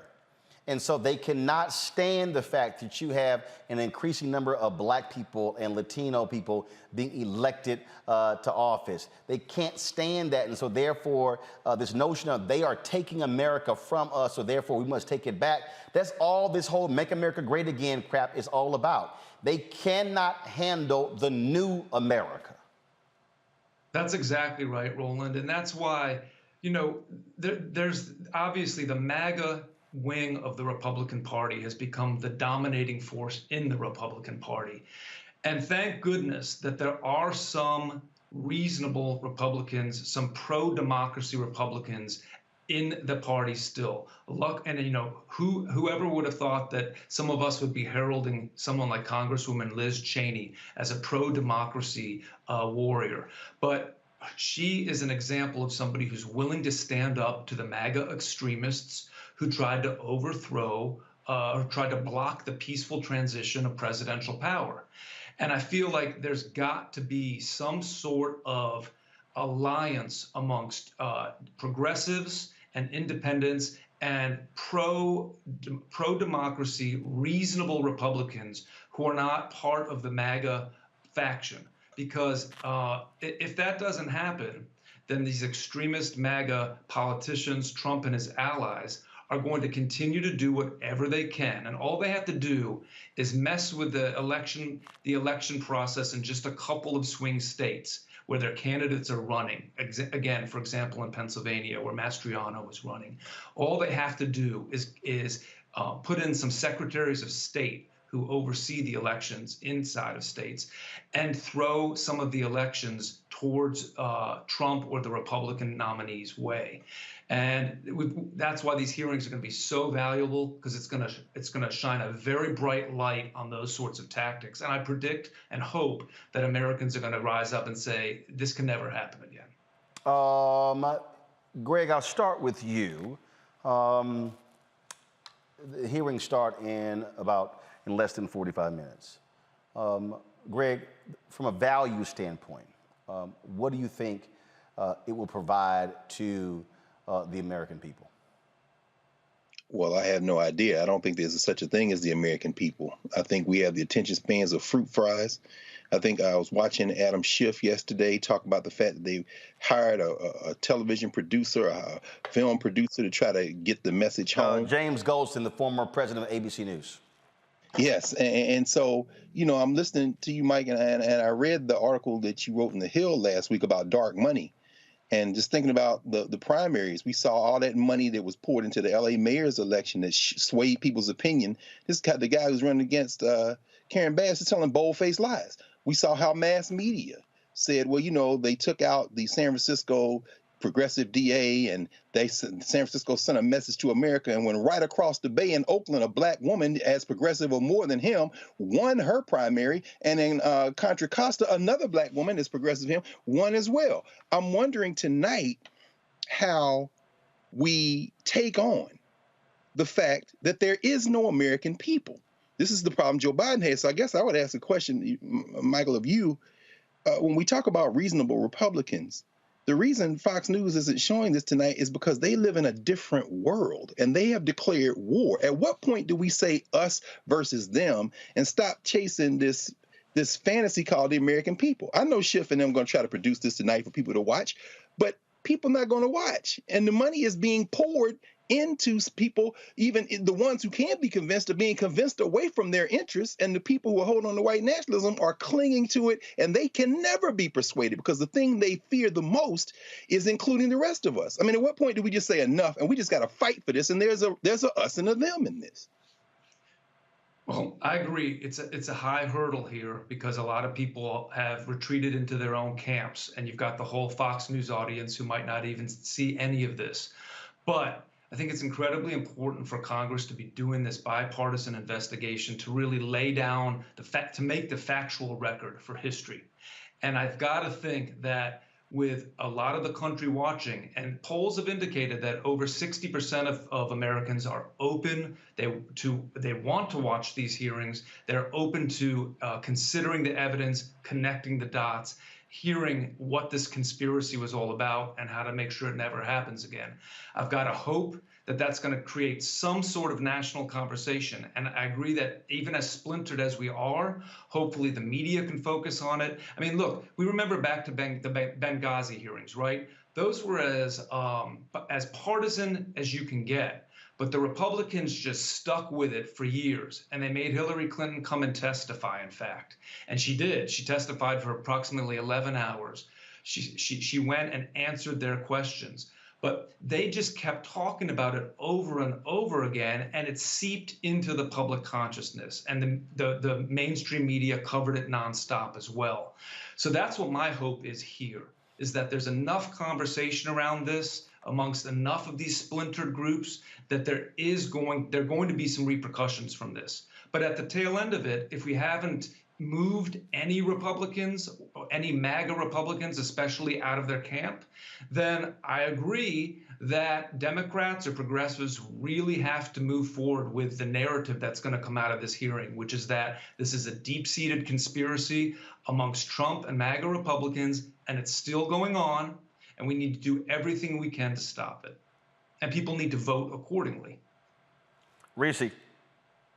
Well, I would be remiss if I didn't say that Liz Cheney ain't shit. Okay, she made one halfway decent decision, but she is still a complete enemy of everything that Black people need from an elected official. She voted against the domestic terrorism bill after the Buffalo massacre. She also voted against this great replacement theory, condemnation, even though she tweeted about how thoughts and prayers or whatever the hell she says. So fuck her. But as far as these hearings are concerned, I would be very surprised. I'm sorry. Okay, go ahead. I'm sorry. Oh, I'm sorry. I just had to put that out there because it's still Roland Martin Unfiltered, okay? I just have to represent. But anyway, as far as these hearings are concerned, I hope that they're entertaining. I really do. I hope that there is something really just captivating. I'm encouraged to hear that there's professional movie producers or whoever the situation may be, child, because people want to be entertained right now. If it's not entertaining, nobody gives a damn. So the more theatrical, the more performance, the more captivating, the more juicy, the more tantalizing it is, the better. If this is a serious little proceedings that go on and it's dry and boring, it's really going to fall flat, okay? Just like the Mueller report did. So the bottom line is where the attention span of this country is right now, the Democrats have a very high bar to clear. Fox News folks ain't watching it. OA and people ain't watching. We ain't going to get no MAGA Republicans. But if we do get people to recognize the severity, as your guest pointed out, of the Secretary of State's elections that are coming up, of the way that there have been people who are forging electors, trying to put forward forged electors for Donald Trump, and how much is at stake going forward, not just in 2024, but in these midterms, maybe then some good will come out of it. But the reality is that anything as appalling and shocking as anything that's going to shock and appall us is a feature, not a bug for the Republicans. It is a blueprint for them. And I highly doubt that they will be less emboldened to try this the next time. All right. You want to follow that up? Well, again, I agree with so many of those comments, and I think that this is going to be a high hurdle to change minds of MAGA Republicans. That's not going to happen. But I just really feel that these, hopefully, as you said, these hearings are going to be well produced. They're going to be gripping. They're going to cause conversation. They're going to allow Congress to create a record for history about these things, about these crimes, this conspiracy. And I think that will all be helpful. Even if it's at the margins, it's important to do. And it's important also to get accountability. If this can help put pressure on Merrick Garland and the Department of Justice to bring charges against people, maybe even Donald Trump, that's another beneficial aspect that could come out of it. So I'm going to stay optimistic right now, but still absolutely know about the high hurdles that exist in front of us. Larry. Yeah, Roland, I think one of the things we have to do is acknowledge all the work of Chairman Thompson from his years, decades ago as alderman in Mississippi to today. He was the right person to put in charge of the committee. But the other thing I want to highlight is kind of what Reese talked about in terms of of Americans. I think that this way it's playing on national television at night. It reminds me a lot of these reality TV shows. And one of the things I worry about with Americans is that if there's no twist or turn or kind of definitive moment where they're shocked, that it will fall on deaf ears. So I'm really curious to see how this plays out tonight. Like many Americans, I have no idea how this is going to go, but I'm assuming there's going to be at least one significant moment where the committee shares some information that Americans didn't know about, particularly as it relates to President Trump. But it is a tall task, and it will be interesting to watch. And I agree. I think there are going to be some twists and turns in there. I think there's going to be some very compelling witnesses along the way. They've looked at 140,000 documents and interviewed 1,000 people. There are going to be some things revealed that we don't know, and hopefully the committee will piece it together in a way that is absolutely compelling for the American people. All right, then. Michael Sozan with the Center for American Progress. We appreciate it. Thanks a lot. Thank you. All right, folks. A Michigan Republican gubernatorial candidate faces several misdemeanor charges for his role in the January 6th insurrection. Ryan Kelly, an ardent defender of Donald Trump, was arrested today in western Michigan. Kelly's participation in the insurrection is documented with photos of him in a baseball cap trying to rally the pro-Trump crowd. He is one of 5 candidates on the August 2nd Republican primary ballot. The winner will face Democratic Governor Gretchen Whitmer in November. Folks, you heard Reese mention the Great Replacement Theory. There was a resolution that was put forth by Congressman Jamal Bowman that was voted on today in the U.S. Congress. It's no shock that Republicans did not support it. Now, this is what he tweeted. I just passed a resolution condemning the Great Replacement Theory for the first time in history. The resolution passed 218 to 205 in the House. I received widespread support from the Democratic caucus.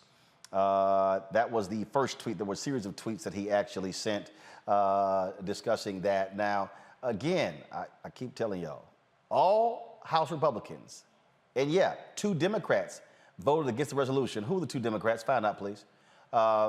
Bowman stood firm on his stance against the hateful rhetoric. This is what he said today. It takes 2 things to kill multiple people whom you don't even know. It takes hate and evil in someone's heart and a weapon of mass destruction in their hands. We know we need gun control.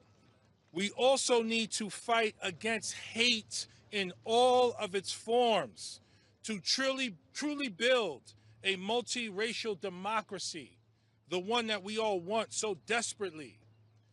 Racism, anti-Semitism, xenophobia, Islamophobia, homophobia, and hate in all forms are choking at the promise of our democracy and regressing us into tribalism. We are so much better than that.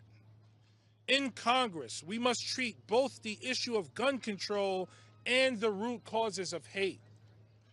The Great Replacement Theory believes that only white people are responsible for progress in our society, and that the growth of a multiracial and multi-religious society is a threat to white people's existence and the health of our nation. This has spread and infected the minds of so many. It is a conspiracy theory used to stoke racially motivated violence all around the world, from Charlottesville to Christchurch, New Zealand, and recently Buffalo, New York, where a white supremacist wrote a 180-page manifesto citing this conspiracy and then drove more than 200 miles where he carried out a mass shooting in New York, not in the South, in New York State. These are no longer fringe elements of our society. The Great Replacement Theory has gone mainstream thanks to right-wing Republican pundits like Tucker Carlson, who mentioned these theories more than 400 times on the most watched news network in the country. Top Republican leaders use it as a political weapon. It now threatens our very existence as a democracy and as a society. Our lives and our sense of safety are threatened. Nazi thinking, veiled as political banter, can no longer go unrecognized and condemned by our nation's legislative body and by the Democratic Party. Our response must be strong, and we must demand accountability. Who voted against the particular measure. Some Democrats complained with the lumping of this into the gun control legislation. Representatives Elisa Slotkin of Michigan, go please, come on, show it up please, go to my iPad. Representatives Elisa Slotkin of Michigan and Jared Golden of Maine, they voted no. Now, Golden previously opposed gun legislation that was passed in the House Slogans said her vote was to protest the way Democratic leadership had lumped the gun control measures together in one package. But again, just so y'all know, Republicans are real clear when it comes to this whole issue of great replacement theory because it appeals to their white nationalist base. That's just the reality. All right, folks, got to go to a break. We come back. We'll talk about strange story of how the post office pulled products that had Black Lives Matter on it. Really? Now they're being sued. We're going to discuss that next on Roland Martin Unfiltered. Don't forget, folks, to download the Black Star Network app, available on all platforms: Apple phone, Android phone, Apple TV, Android TV, Roku, Amazon Fire TV, Xbox One, and Samsung Smart TV. Come back me over here. Folks, those of you who sent in some letters and stuff, first of all, let me thank Perry Eccles for our check, and Tanya Robinson for the money order. Thank you so very much. We've got, I love this here. Got a money order here from Bernice Parrish. She said, keep building up Black voices. Thank you. And so I love how she said, boom, she put in how much she's paid, what her balance is. And so I appreciate that. Thank you so very much. And I told y'all that our supporters give to us in many different ways, and we appreciate every single dollar. Let me see here. There's a money order here from Dr. Karen Cudge. She says, thank you for expressing the best perspectives of Black people on your show so eloquently. I'm still moved by the ideas you expressed following the Chris Rock slap incident. I especially appreciated how you spoke to brothers directly and gave an example of how Will Smith could have handled the matter while defending his wife and acknowledging the pain of Black women related to hair issues. Your wisdom is rare and deeply appreciated. In close, please find another token of support. And so we certainly appreciate that. Thank you so very much. Let's see here. We got a long letter here, y'all. They sent in some photos and they sent in a check as well. So this is Betty Knowles. Betty, I appreciate that. And so let's see here. So Betty sent us like family photos. Who is this? This is Jeremiah. And so, okay, y'all gonna like this one here. So, okay, I gotta do this one here. I gotta walk up to the camera. So, Jeremiah. So this is a pretty funny one here. Okay, Anthony, No, I gotta do it a separate way. So I gotta do something different. Hold on. Y'all gonna get a kick out of this one here. Reese, I don't know if your baby do this. I don't know. So it looks like when we are on the show, Jeremiah is all up on the TV screen watching Uncle Roro do what he do. So Betty sent in the photos showing me how Lil Man is all up on the television when we are live. So Betty, so Jeremiah is 1 year old. See, I told y'all got to get him young. That's how you keep him for a long time. So I appreciate that. Thank you so very much, Betty, for sending these photos of Jeremiah. And hopefully y'all are watching the show as we speak. All right, folks, got to go to a break. We'll be right back.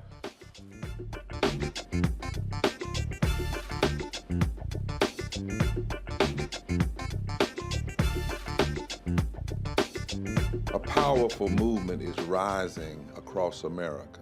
From the Mississippi Delta to the Apache stronghold. From the homeless encampments of Washington State to the coal fields of Appalachia of West Virginia. We are the 140 million poor and low-wealth people in this country, and we are building the Poor People's Campaign, a national call for moral revival. On June 18th, ahead of this year's midterm elections, while the Congress is still in session, we will hold a mass poor people's and low-wage workers assembly and moral march on Washington to arrest the attention of the nation, to put a face and a voice on poverty and low wages in this country. This is a watershed moment for justice and democracy in America. There are those who say that transformative change is impossible, but history teaches us that it is precisely in times like these that people must build a broad and deep movement from the bottom up. We must compel this nation to repent, to lament, and to see the realities that have been hidden for far too long. On June 18th, we will come together to lift the voices of the poor and low-wage workers who know that change is not only possible, it is essential for our survival. We will make the connections to show how systemic racism, poverty, ecological devastation, the denial of health care, the war economy, and the false moral narrative of religious nationalism and white supremacy are hurting us all. We will show the nation the faces of Americans who cannot afford to go back to normal. We will detail the policies that can move us toward a society that works for everyone. And we will pledge to go home and build power for transformative change in this year's election and for years to come. Because the question should have never been, how much will it cost to address poverty? The real question is, how much is it costing us not to? Somebody's been hurting our people. It's gone on far too long.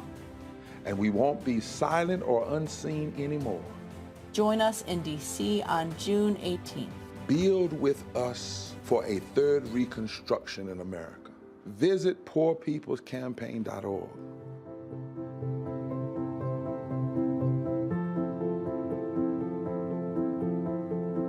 What's up, y'all? I'm Will Packer. Hello, I'm Bishop T.D. Jakes. What up, Lana Well, and you are watching Roland Martin Unfiltered.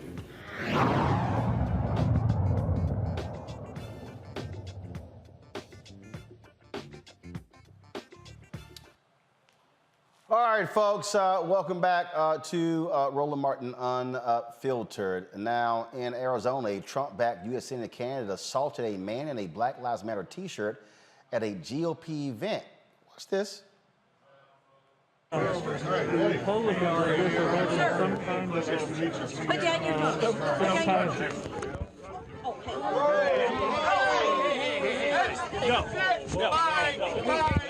No. Hey, get him out of here. Hey. Right now. Out. Get out. Okay, lock the door. Come on in. You can't hit a woman. What the hell's wrong with you? Who do you think you are? Move. You know what? I'm a retired policeman. Your conduct is appalling. Masters claimed the 73-year-old protester punched a woman moments before the recording, and he had to intervene. This is the same Black Masters, Blake, who blamed gun violence in America on Black people. Yep, that's the same one. And of course, there's no shock that that's who Donald Trump has endorsed for the United States Senate. This is one of the 4 seats Democrats hold right now that they are trying to hold on to in the midterm elections. Yeah, that's today's Republican Party. Just so you know. You see right there how people really get all bent out of shape when it comes to Black Lives Matter. We've seen people actually try to paint over images on streets where they have it. Just outside of our studios here in Washington, D.C., we're on Black Lives Matter Plaza, and some have called for that to be taken up. Well, a California businessman is suing the U.S. Postal Service for seizing boxes containing Black Lives Matter masks. Renee Cadone's shipment to demonstrators in St. Louis, Washington, D.C., New York City, and Minneapolis were labeled seized by law enforcement in 2020. Renee is the owner of Movement, Inc. He joins me from Oakland, California, along with his attorney, Jaba Aveli. Hope I got it right. Jaba, did I get it right? It's close enough. First of all, go ahead and pronounce it. I'll go ahead so we can get it right. It's Jaba Ashvili. Siju Ashvili. Okay, Jaba, we got it. All right, then. So you're with the Institute for Justice in Arlington, Virginia. Okay, so Renee, what happened? You were shipping masks. How did they seize them? Well, actually, that's a question we would like to know as well. It was a typical order. I've been shipping with the Postal Service for many years at that same post office. We were shipping masks right at the beginning of the raging pandemic to protect communities that were out there protesting the police violence against unarmed black and brown men in our communities. And, it was just face masks that we printed for the BLM movement. And so they seized them. And so how long did they hold them? And what reasoning did they give for this? Well, I think they held them for about 24 hours, but the way that we had shipped them, they were supposed to arrive the following morning. So because the protest began the following day, so holding them for any amount of time and delaying them really put our community at risk. But in terms of the reasoning that they gave us, the post office said that they resembled packages that could have been unmailable material, whatever that means, and that they were going to high drug traffic areas. I mean, I think everywhere in America can be considered a high drug traffic area. So masks were going to a high traffic area. I don't even know what the hell that means. Jabba, your thoughts? Yeah, sure. So, just to even find out this information was a long haul for Renee. He had to submit, Freedom of Information Act requests, appeal, how much of those requests were then redacted. But ultimately, what we learned through the Postal Service's own internal notes was that they had no legitimate reason or or any actual suspicion that would justify these seizures, right? Their own notes say, like Renee mentioned, that the packages were being shipped from one high drug area to another. Now, frankly, that could apply to just about any large city, or maybe even just about any city in the country. The other justifications were just as absurd. They said that the reasons were that the boxes were taped on all sides. So again, that could apply to just about any Amazon package that we all get every day. And they said that the masks were sent by a frequent shipper of packages, which again, that could apply to any small or large business in the country. So at the end of the day, even crediting the Postal Service's own explanations and internal explanations for what happened here, this was an egregious and blatant violation of the Fourth Amendment's protections against unreasonable and suspicionless seizures and searches of personal property. So their explanation again and so are they suggesting that your suit is without merit? Well, they haven't responded to the suit yet. We filed the suit last week. They have 60 days to file a formal response in court to the suit. So we'll see what exactly they say in response. But frankly, what we're expecting is not a response on the merits, a response that tries to justify their conduct. What we're expecting is them to invoke various court-created immunities that protect federal officials from lawsuits at all. Many people have probably heard of qualified immunity, which shields law enforcement and other government officials from lawsuits and makes it really hard to sue them. Well, in a situation like this, where you're suing federal officers, there's an added layer of immunity known as Bivens immunity. So what we're expecting them to do is invoke various kinds of, essentially non-merits based justifications for why this suit should be tossed out. Renee, have you had any issues with your packages since? Well, we really don't use the Postal Service anymore. There's other private shipping companies that we prefer to use now because of this. All right, then. Well, look, we will certainly keep us abreast of what happens in this particular case here. It is still strange that there was a mask and all of a sudden there was a problem shipping them. So thank you so very much. Thank you. All right, Renee, Jabba, thank you so very much. All right, folks. It's a story of Tennessee that I've found to be quite interesting and weird, and that is the only black-owned radio station in Tennessee is at risk of losing its license from the Federal Communications Commission. The FCC is threatening to revoke Joe Armstrong's license for WBJF after Armstrong failed to report his conviction for falsifying tax returns.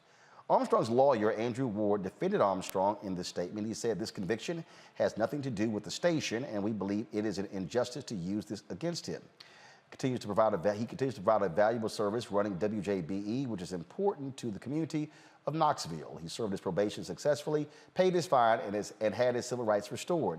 He has done everything the criminal justice system has asked him to do. Now, Armstrong revived the radio station in 2012, owned by James Brown in the 60s and 70s. WBJF was the only black-oriented radio station in East Tennessee. Now, what's strange here, Larry, is that they say that he didn't note this on subsequent paperwork about this tax issue. But this is not like it was a violation of indecency standards. So, you know, I can get it if you say we'll issue a fine, but literally snatching the license? So I guess Republicans wouldn't consider this an overreach because it just doesn't add up. And so, as the attorney highlighted, the two issues are not related. In addition, you highlighted, Roland, that this station plays a critical role as it relates to the important topics, relaying information to the Black community. So this station is a community jewel. And as you highlighted before, it's been around for decades. So once again, this is an overreach by the government, and it makes absolutely no sense. I'm sorry to hear that they're trying to take the license away, but I'm hoping some federal officials will, send a letter to find out what's going on and support efforts to make sure that he can keep his license and the station can continue to provide a vital resource in the Black community. Reese? Yeah, when did the FCC start doing anything again? I haven't heard about shit that they're doing. So this whole dims the rules situation when it comes to a Black radio station is very convenient. So this definitely just seems excessive, and it's in the public interest to have a Black-owned radio station operating. And so hopefully the owner, you're not supposed to falsify documents. I understand that. You're supposed to follow the rules. I understand that. But at the end of the day, this is a major factor in terms of Black-owned radio. And so hopefully they do the right thing on this one, because we know that there's Donald Trump, goddamn, didn't pay his taxes, and he has all kind of tax shit, and he's still off somewhere getting Secret Service protection, living his best life. So I think they can go ahead and find somebody else to have the license, or whatever fine they have to get through, do that, because this is definitely excessive. Greg. Yeah, I agree. Again, this is where we have the word you used earlier, pressure, is very important. It's extremely important. Is he being persecuted? This is a guy who was a Democratic state rep in Tennessee. They convicted him in 2016 of making a false statement on his 2008 tax return because he had failed to disclose some income based on selling some cigarette tax stamps that wasn't illegal to do. And then he filed later. He paid, for what he had done. And then he filed later in terms of FCC filings related to the station, and he filed a little late. And you look at it and say, well, this is kind of a technicality. Why are y'all drilling down on this? And you can't help but think it's political. And parenthetically, the previous story that you covered, Roland, talking there about the brother from the West Coast, you heard the counselor evoke the Bivens rule.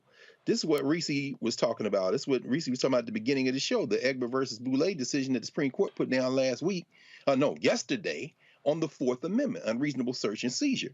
I'm raising that to say that, as the government begins to or continues to kind of try to protect itself from doing whatever the hell it wants to do, whether it be federal border agents in terms of the application of Bivens in that case, or in the one we just heard, opening your mail and having somebody pay for something that they already paid for in terms of the post office, or in this case, having something else that we paid for, namely federal oversight in terms of the FCC, used as a cudgel against a Black man in East Tennessee with a Black radio station. You can't help but sit back and think to yourself, is this a matter of the rules? Or is this just a matter of politics being played? And so, whereas Congressman Barbara Lee intervened in this post office case and they forced them to at least say, well, your package looks suspicious, which got them a step further, or whether in this case, we need to put the hammer down on whoever is over the FCC and perhaps get some members of Congress to write some letters over there on behalf of one-time Representative Armstrong. We've got to get involved in the political process and put pressure on people because this is patently absurd. Yeah, and again, folks, understand the FCC governs all broadcast licenses. So we're talking about radio stations, television stations. They don't govern cable. And so, y'all, pulling of a license is extremely rare. I mean, it is very, very rare when that action is taken in this country. And so we'll see what happens there. All right, I got to go to a break. We're going to come back and we're going to talk about this Georgetown professor who acted a fool over Judge Ketanji Brown Jackson. They suspended him, then he got reinstated, then he quit, then he went over to the Manhattan Institute with a whole bunch of other racists. So we'll tell you about that. And Reese, you may have to stop cussing because when Betty sent this letter, this is what she said, that the little man, Jeremiah, she said, I have a granddaughter who has a 15-month-old son. She works at night, and I take care of him. Night she works. He's an energetic and intelligent boy. He comes running when he hears your music. He loves to look at you on your introduction to your show. His name is Jeremiah, and he is so excited and happy when he sees you, as you can tell by the pictures I enclosed. He pays attention to everything you say. Well, just mute me. You can mute One me. has to wonder if you somehow are reaching him on a level that we cannot understand. And so she sent the photos and her donation. That's Betty Knowles and JJ. So look, Reese, you know, you're gonna have to, like, you know, sign language your cussing. So Jeremiah ain't hearing this on Thursdays. Okay. Let me also shout out Souley, Craig Williams, and Todd Williams. And so I appreciate your donation. And let's see here. Okay, who's this here? They sent some cash. Ardo's Plumbing. They sent a whole bunch of cards. So sent they cash, and they said, every single step you take gets you closer to your goal. So I appreciate that. And then let's see here. Who is this here? Okay, that's the same thing. AJ Qatar.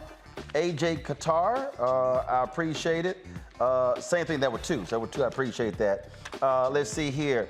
Roland, thank you for this platform of truth. Sincerely, truth be told. I read him earlier. George Daniels, I love the work that you do and your staff are doing. Keep up the good work. God bless you all. George Daniels, I appreciate it.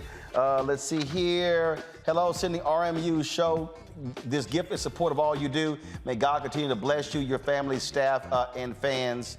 And Tanya Robinson. Tanya, I appreciate that. And Larry and Greg, we got a frat brother who sent this here, and they went all out. Let's see. Hello, Roland. I gained much insight from watching you and all your broadcasts. You inform, educate, and catechize current racial events in a profound manner. Now, you know that's the alpha, using a word that's spelled C-A-T-E-C-H-I-Z-E. A Sigma wouldn't do that. Always.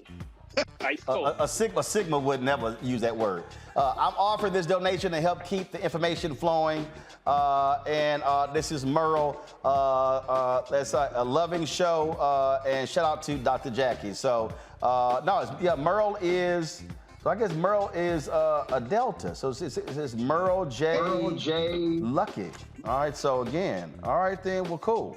And so these were greetings cards done by Lydia Hallam. Okay, all right, Lydia. Well, that's nice. We're going to find out what you do these greeting cards. So always give a shout out, y'all. Okay, real quick break. We're coming back with our last story. You're watching Roland Martin Unfiltered on the Black Star Network. Alpha's running this joint.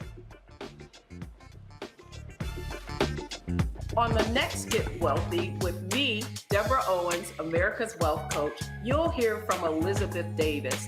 She left a flourishing career in the construction industry to build her own business using her same skill sets. And oh, by the way, now a multi-million-dollar business. Every day I was looking at my numbers rather than looking at them weekly or monthly.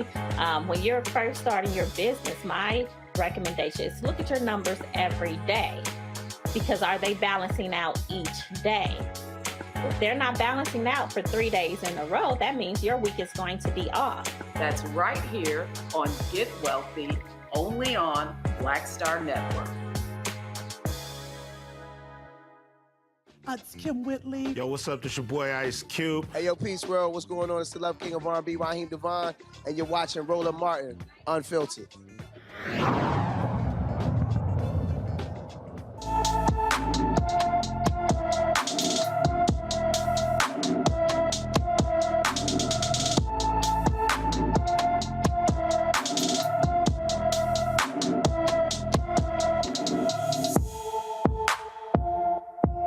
Drusilla Lewis of Tallahassee, Florida, has been missing since June 6, 2022. The 15-year-old is 4 feet 11 inches tall, weighs 90 pounds, with black hair and brown eyes.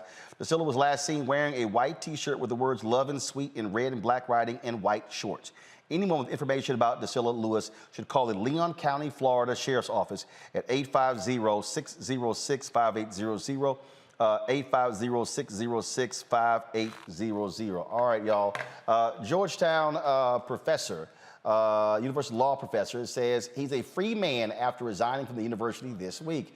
Ilya Shapiro's resignation comes months after the controversial tweets he made about President Biden choosing, quote, a lesser black woman for Supreme Court justice. He said, quote, because Biden said he's only considered black women for SCOTUS, this nominee will always have the asterisk attached, fitting that the court takes up affirmative action next term. Objectively, best pick for Biden is Sri Srivatsan, who is, give me one second, who is solid, Prague, and very smart, even has identity politics benefit of being first Asian, parentheses, Indian American, but alas, doesn't fit into latest intersectionality hierarchy, so we'll get lesser black woman. Thanks heaven for small favors. Shapiro was scheduled to start work at the university on February 1st, but was immediately placed on administrative leave while the university investigated his remarks. People very pissed off, many students and faculty. The investigation concluded last week, and Shapiro was reappointed to his position, but he resigned, claiming the university was a place that did not value free speech. Now, the university responded, saying Georgetown urges members of our community to engage in robust and respectful dialogue. Our speech and expression policy promotes free and open inquiry, deliberation, and debate, and does not prohibit speech based on the person presenting ideas or the content of those ideas, even when those ideas may be difficult, controversial, or objectionable. Now, here's what's interesting. Shapiro, y'all, did announce the next day he was taking a job at the Manhattan Institute. Who works at the Manhattan Institute? Oh, Christopher Rufo, the one who's been leading the charge against critical race theory, and also Heather McDonald, that white nationalist white woman who's always talking about policing and blaming everything on black people. This ain't no shot where he ended up here, Greg. And John McWhorter used to work for, I wonder if he's still over there. He's still there, John McWhorter, he's still there. Oh, yeah. But you know what's interesting, Roland? I'm not torn about this. I mean, you know, I have friends on the faculty at Georgetown Law, but it's difficult because this guy has a platform. He wrote op-eds about this in the Wall Street Journal. He supported this guy at Princeton named Katz, who came out against critical race theory. And it becomes difficult, I think, because part of the thing that he used to defend himself at Georgetown, he said, there are professors on this faculty who came out strongly against the leaked opinion in Roe versus Wade. And he evoked a professor, I think, in the School of Foreign Relations or Foreign Service at Georgetown, and said, you didn't do anything to her. I think what drove this more than anything else was student complaints. So we have to be, I think, careful, because we live in a society where, yes, this might be very satisfying in this specific instance, but you know how many black women and men on faculties around this country have been assaulted, claiming that they are outlandish. And I think, you know, I have to sit back and think about this for a minute, because I think it was the student complaints that really kind of pushed Georgetown to act as quickly as it did. And the reality, Larry, you're on faculty there. We're living in a world where students ain't taking the same shit they did before. The students are not like, shut up, be quiet, they're the faculty. No, there are students who are saying, I'm sorry, I don't want to be taught by a racist. So something similar happened at a UCF professor who was tweeting a bunch of nonsense and eventually was fired from UCF. Unfortunately, he was recently reinstated. So I think I want to go back to this story. Is if you're going to tweet about Black folks, make sure you capitalize the B, first of all. Second of all, Roland, you're right. I work in higher education. If students' complaints, you have a problem. And so he found out quickly. I think the interesting thing is he made sure he had somewhere soft to land before he got out of there, right? So that's the really key thing to keep in mind is he already had a job set up and he wrote all those op-eds in the Washington, Wall Street Journal, et cetera. But he knew he already had a place to go. He probably signed a contract, already had a handshake agreement. So he's not like he's out, really sacrificing himself on behalf of right-wingers. He's really just toting the same line we hear about CRT and also, denigrating Black folks, et cetera. I want to give Reese the opportunity to chat real quick because the Democrats are coming into the hearing. Go ahead and pull it up, please. Reese, your comment on this issue. I'll keep it quick. Go to hell, Ilya. He just wants to be a victim because ultimately, Dr. Carr, he got his job. He decided he wanted to quit so that he can be a martyr of sorts for, anti-woke, whatever the situation may be. So here's another white man getting to say whatever the hell he wants to say, no matter how racist it is. And the reparations paying Georgetown, let it slide. That's the story of white people in academia. All right, folks. Right now, Congressman Benny Thompson of Mississippi, who is the chair of the January 6th Special Committee, is about to open this primetime hearing. Let's now go live to Capitol Hill.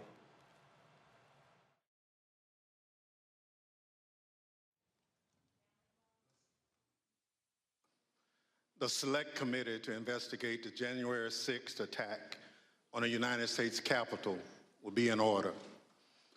Without objection, the chair is authorized to declare that pursuant to House Deposition Authority Regulation 10, the chair announces the committee's approval to release the deposition material presented during tonight's hearing.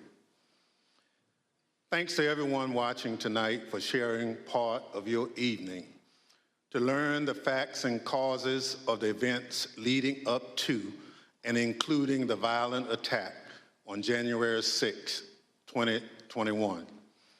Our democracy, electoral system, and country. I'm Benny Thompson, chairman of the January 6, 2021 committee. I was born, raised, and still live in Bolton, Mississippi, a town with a population of 521, which is midway between Jackson and Vicksburg, Mississippi, and the Mississippi River. I'm from a part of the country where people justify the actions of slavery, the Ku Klux Klan, and lynching. I'm reminded of that dark history as I hear voices today try and justify the actions of the insurrectionists on January 6, 2021. Over the next few weeks, hopefully you will get to know the other members, my colleagues up here, and me. We represent a diversity of communities from all over the United States, rural areas and cities, East Coast, West Coast, and the Heartland. All of us have one thing in common. We swore the same oath. That same oath that all members of Congress take upon taking office and afterwards every 2 years if they are reelected. We swore an oath to defend the Constitution against all enemies, foreign and domestic. The words of the current oath taken by employee takes have their roots in the Civil War. Throughout our history, the United States has fought against foreign enemies to preserve our democracy, electoral system, and country. When the United States Capitol was stormed and burned in 1814, foreign enemies were responsible. Afterward, in 1862, when American citizens had taken up arms against this country, Congress adopted a new oath to help make sure no person who had supported the rebellion could hold a position of public trust. Therefore, congresspersons and United States federal government employees were required for the first time to swear an oath to defend the Constitution against all enemies, foreign and domestic. That oath was put to test on January 6, 2021. The police officers who held the line that day honored their oath. Many came out of that day bloodied and broken. They still bear those wounds, visible and invisible. They did their duty. They repelled the mob and ended the occupation of the Capitol. They defended the Constitution against domestic enemies so that Congress could return, uphold our own oath, and count your votes to ensure the transfer of power, just as we've done for hundreds of years. But unlike in 1814, it was domestic enemies of the Constitution who stormed the Capitol and occupied the Capitol, who sought to thwart the will of the people, to stop the transfer of power. And so they did, so at the encouragement of the President of the United States. The President of the United States trying to stop the transfer of power, a precedent that had stood for 220 years, even as our democracy had faced its most difficult tests. Thinking back again to the Civil War in the summer of 1864, the President of the United States believed we would be doomed to his bid for re-election. He believed his opponent, General George McClellan, would wave the white flag when it came to preserving the Union. But even with that grim fate hanging in the balance, President Lincoln was ready to accept the will of the voters, come what may. He made a quiet pledge. He wrote down the words, "This morning, as for some days past, it seems exceedingly probable that this administration will not be reelected. Then it will be my duty to so cooperate with the president-elect. It will be my duty." Lincoln sealed that memo and asked his cabinet secretaries to sign it sight unseen. He asked them to make the same commitment he did, to accept defeat if indeed defeat was the will of the people, to uphold the rule of law, to the president who came before him did. Donald Trump lost the presidential election in 2020. The American people voted him out of office. It was not because of a rigged system. It was not because of voter fraud. Don't believe me? Hear what his former Attorney General had to say about it. I warn those who watching that this contains strong language. Just what I've been through. I had 3 discussions with the president that I can recall.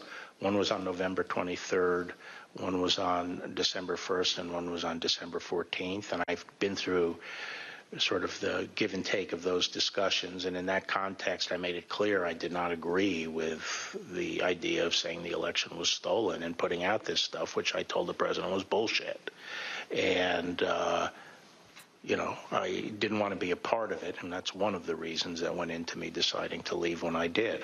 I observed, I think it was on December 1st, that, how can you can't live in a world where the incumbent administration stays in power based on its view, unsupported by specific evidence, that there was fraud in the election.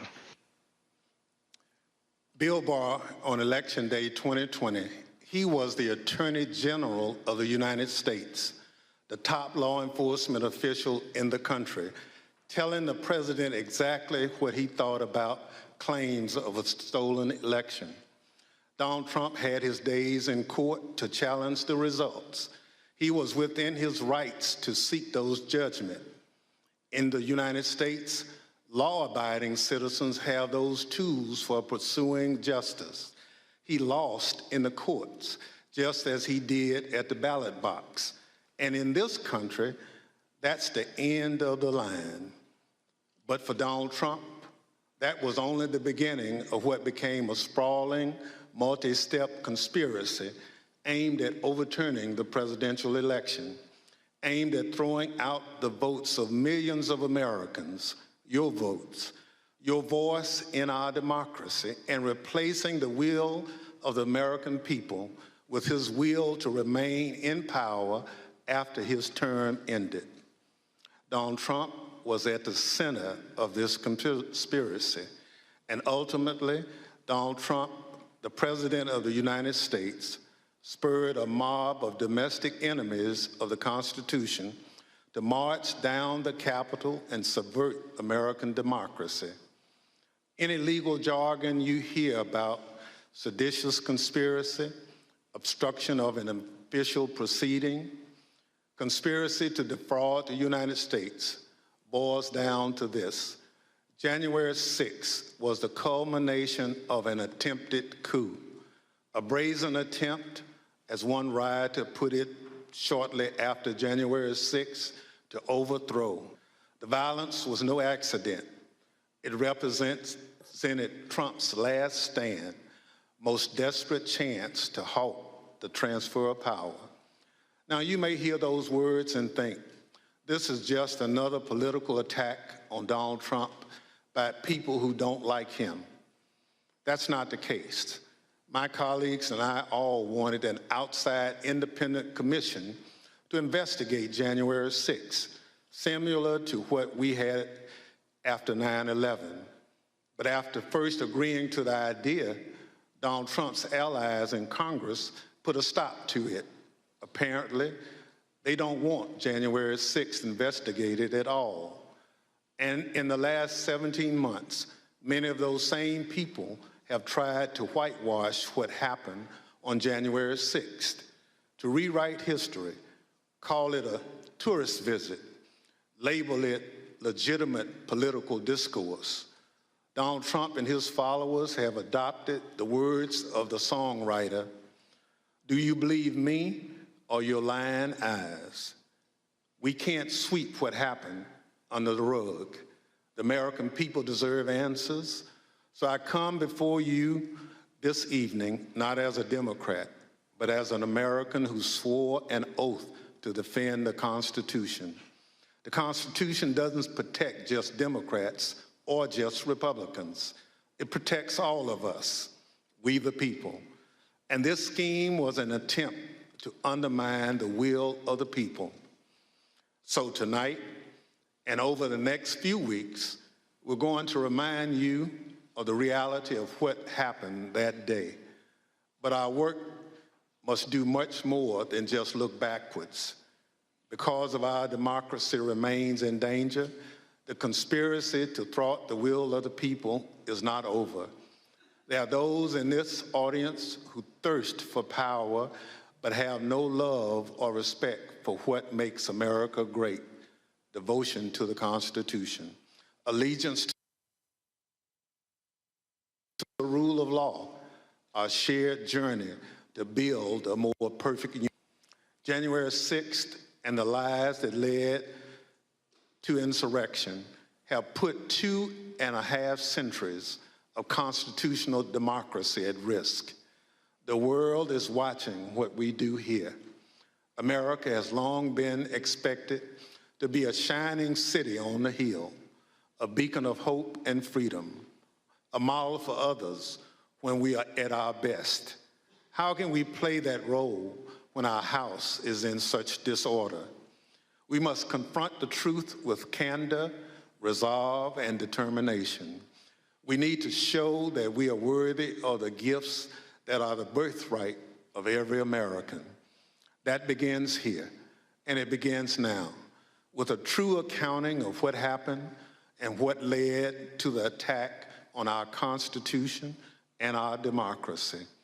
In this moment, when the dangers of our Constitution and our democracy loom large, nothing could be more important. Working alongside the public servants on this dais has been one of the greatest honors of my time in Congress. It's been a particular privilege to count as a partner in this effort, and to count as a friend, the gentlewoman from Wyoming, Ms. Cheney. She's a patriot, a public servant of profound courage, of devotion to her oath and the Constitution. It's my pleasure to recognize Ms. Cheney for her opening statement. Thank you very much, Mr. Chairman, and let me echo those words about the importance of bipartisanship and what a tremendous honor it is to work on this committee. Mr. Chairman, at 6:01 p.m. on January 6th, after he spent hours watching a violent mob besiege, attack, and invade our Capitol, Donald Trump tweeted, but he did not condemn the attack. Instead, he justified it. "These are the things and events that happen," he said, "when a sacred landslide election victory is so unceremoniously and viciously stripped away from great patriots who've been badly and unfairly treated for so long."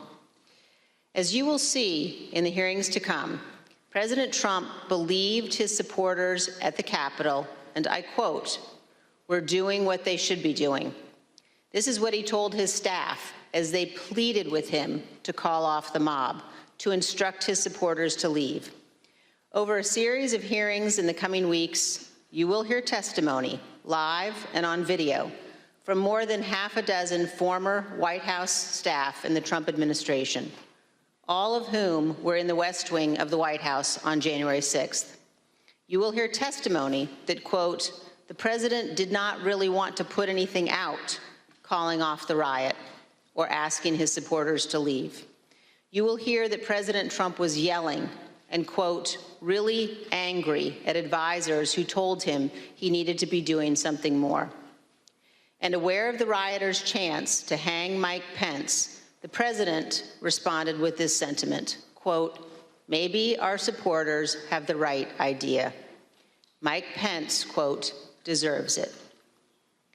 You will hear evidence that President Trump refused for hours to do what his staff, his family, and many of his other advisors begged him to do: immediately instruct his supporters to stand down and evacuate the Capitol. Tonight, you will see never-before-seen footage of the brutal attack on our Capitol, an attack that unfolded while a few blocks away, President Trump sat watching television in the dining room next to the Oval Office. You will hear audio from the brave police officers battling for their lives and ours, fighting to defend our democracy against a violent mob Donald Trump refused to call off. Tonight and in the weeks to come, you will see evidence of what motivated this violence, including directly from those who participated in this attack. You will see video of them explaining what caused them to do it. You will see their posts on social media. We will show you what they have said in federal court. On this point, there is no room for debate. Those who invaded our Capitol and battled law enforcement for hours were motivated by what President Trump had told them, that the election was stolen and that he was the rightful president. President Trump summoned the mob, assembled the mob, and lit the flame of this attack.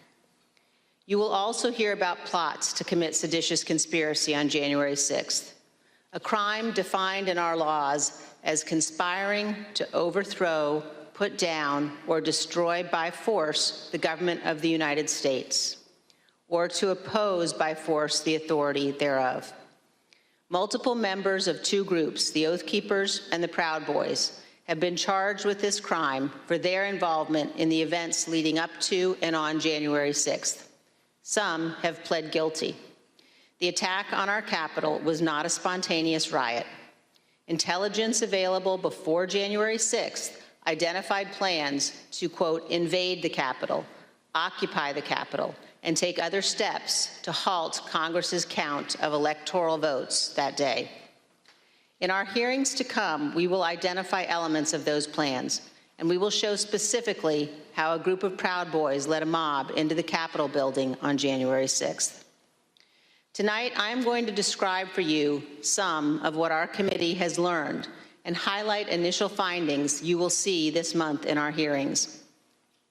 As you hear this, all Americans should keep in mind this fact. On the morning of January 6th, President Donald Trump's intention was to remain President of the United States, despite the lawful outcome of the 2020 election and in violation of his constitutional obligation to relinquish power. Over multiple months, Donald Trump oversaw and coordinated a sophisticated 7-part plan to overturn the presidential election and prevent the transfer of presidential power. In our hearings, you will see evidence of each element of this plan.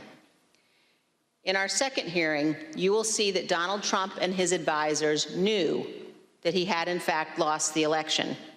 But despite this, President Trump engaged in a massive effort to spread false and fraudulent information to convince huge portions of the U.S. population that fraud had stolen the election from him. This was not true. Jason Miller was a senior Trump campaign spokesman. In this clip, Miller describes a call between the Trump campaign's internal data expert and President Trump a few days after the 2020 election. I was in the Oval Office,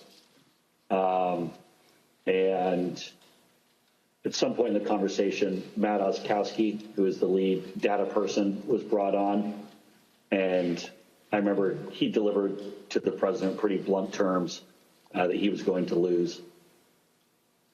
And that was based, Mr. Miller, on Matt and the data team's assessment of the sort of county by county, state by state results as reported? Correct. Alex Cannon was one of President Trump's campaign lawyers. He previously worked for the Trump Organization. One of his responsibilities was to assess allegations of election fraud in November 2020. Here is one sample of his testimony discussing what he told White House Chief of Staff Mark Meadows. I remember a call with Mr. Meadows, where Mr. Meadows was asking me what I was finding and if I was finding anything. And I remember sharing with him that we weren't finding anything that would be sufficient to change the results in any of the key states. When was that conversation? Probably in November, mid to late November. I think it was before my child was born. And what was Mr. Meadows' reaction to that information? I believe the words he used were, "So there's no there there." There's no there there. The Trump campaign's general counsel, Matt Morgan, gave similar testimony.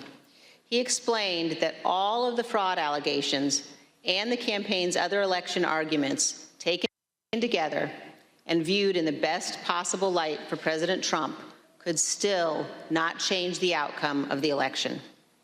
President Trump's Attorney General Bill Barr also told Donald Trump his election claims were wrong. Repeatedly told the president in no uncertain terms that I did not see evidence of fraud and that would have affected the outcome of the election. And frankly, a year and a half later, I haven't seen anything to change my mind on that. Attorney General Barr also told President Trump that his allegations about Dominion voting machines were groundless. I saw absolutely zero basis for the allegations, but they were made in such a sensational way that they obviously were influencing a lot of people, members of the public, that there was this systemic corruption in the system and that their votes didn't count and that these machines controlled by somebody else were actually determining it, which was complete nonsense. And it was being laid out there. And I told them that it was crazy stuff and they were wasting their time on that. And it was doing a grave disservice to the country. But President Trump persisted, repeating the false Dominion allegations in public at least a dozen more times, even after his attorney general told him they were, quote, complete nonsense. And after Barr's resignation on December 23rd, the acting attorney general who replaced him, Jeff Rosen, and the acting deputy, Richard Donoghue, told President Trump over and over again that the evidence did not support allegations he was making in public. Many of President Trump's White House staff also recognized that the evidence did not support the claims President Trump was making. This is the president's daughter commenting on Bill Barr's statement that the department found no fraud sufficient to overturn the election. How did that affect your perspective about the election when Attorney General Barr made that statement? It affected my perspective. I respect Attorney General Barr. So I accepted what he was saying. As you will hear on Monday, the president had every right to litigate his campaign claims, but he ultimately lost more than 60 cases in state and federal courts. The president's claims in the election cases were so frivolous and unsupported that the president's lead lawyer, Rudy Giuliani, not only lost the lawsuits, his license to practice law was suspended. Here's what the court said of Mr. Giuliani. Giuliani communicated demonstrably false and misleading statements to courts, lawmakers, and the public at large in his capacity as lawyer for former President Donald J. Trump and the Trump campaign in connection with Trump's failed effort at re-election in 2020. As you will see in great detail in our hearings, President Trump ignored the rulings of our nation's courts. He ignored his own campaign leadership, his White House staff, many Republican state officials. He ignored the Department of Justice and the Department of Homeland Security. President Trump invested millions of dollars of campaign funds purposely spreading false information, running ads he knew were false, and convincing millions of Americans that the election was corrupt and that he was the true president. As you will see, this misinformation campaign provoked the violence on January 6th. In our third hearing, you will see that President Trump corruptly planned to replace the Attorney General of the United States so the U.S. Justice Department would spread his false stolen election claims. In the days before January 6th, President Trump told his top Justice Department officials, quote, "Just say the election was corrupt and leave the rest to me and the Republican congressman." Senior Justice Department officials, men he had appointed, told him they could not do that because it was not true. So President Trump decided to replace them. He offered Jeff Clark, an environmental lawyer at the Justice Department, the job of acting Attorney General. President Trump wanted Mr. Clark to take a number of steps, including sending this letter to Georgia and 5 other states, saying the U.S. Department of Justice had, quote, identified significant concerns that may have impacted the outcome of the election. This letter is a lie. The Department of Justice had, in fact, repeatedly told President Trump exactly the opposite, that they had investigated his stolen election allegations and found no credible fraud that could impact the outcome of the election. This letter and others like it would have urged multiple states to withdraw their official and lawful electoral votes for Biden. Acting Deputy Attorney General Richard Donoghue described Jeff Clark's letter this way, quote, "This would be a grave step for the department to take and could have tremendous constitutional, political, and social ramifications for this country." The committee agrees with Mr. Donoghue's assessment. Had Clark assumed the role of Attorney General in the days before January 6th and issued these letters, the ramifications could indeed have been grave. Mr. Donoghue also said this about Clark's plan. And I recall toward the end saying, what you're proposing is nothing less than the United States Justice Department meddling in the outcome of a presidential election. In our hearings, you will hear firsthand how the senior leadership of the Department of Justice threatened to resign, how the White House counsel threatened to resign, and how they confronted Donald Trump and Jeff Clark in the Oval Office. The men involved, including Acting Attorney General Jeff Rosen and Acting Deputy Attorney General Richard Donahue, were appointed by President Trump. These men honored their oaths of office, they did their duty, and you will hear from them in our hearings. By contrast, Jeff Clark has invoked his Fifth Amendment privilege against self-incrimination and refused to testify. Representative Scott Perry, who was also involved in trying to get Clark appointed as Attorney General, has refused to testify here. As you will see, Representative Perry contacted the White House in the weeks after January 6th to seek a presidential pardon. Multiple other Republican congressmen also sought presidential pardons for their roles in attempting to overturn the 2020 election. In our fourth hearing, we will focus on President Trump's efforts to pressure Vice President Mike Pence to refuse to count electoral votes on January 6th. Vice President Pence has spoken publicly about this. President Trump is wrong. I had no right to overturn the election. The presidency belongs to the American people and the American people alone.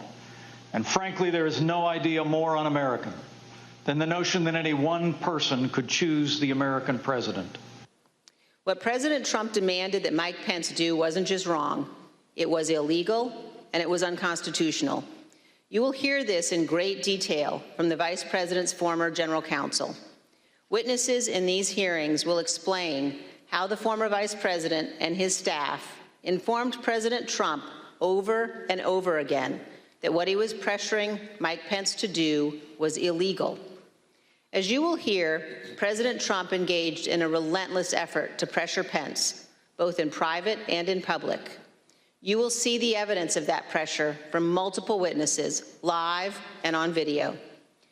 Vice President Pence demonstrated his loyalty to Donald Trump consistently over 4 years, but he knew that he had a higher duty to the United States Constitution. This is testimony from the Vice President's Chief of Staff. So I think the Vice President was proud of his 4 years of service, and he felt like much had been accomplished in those 4 years. And I think he was proud to have stood beside the President for all that had been done.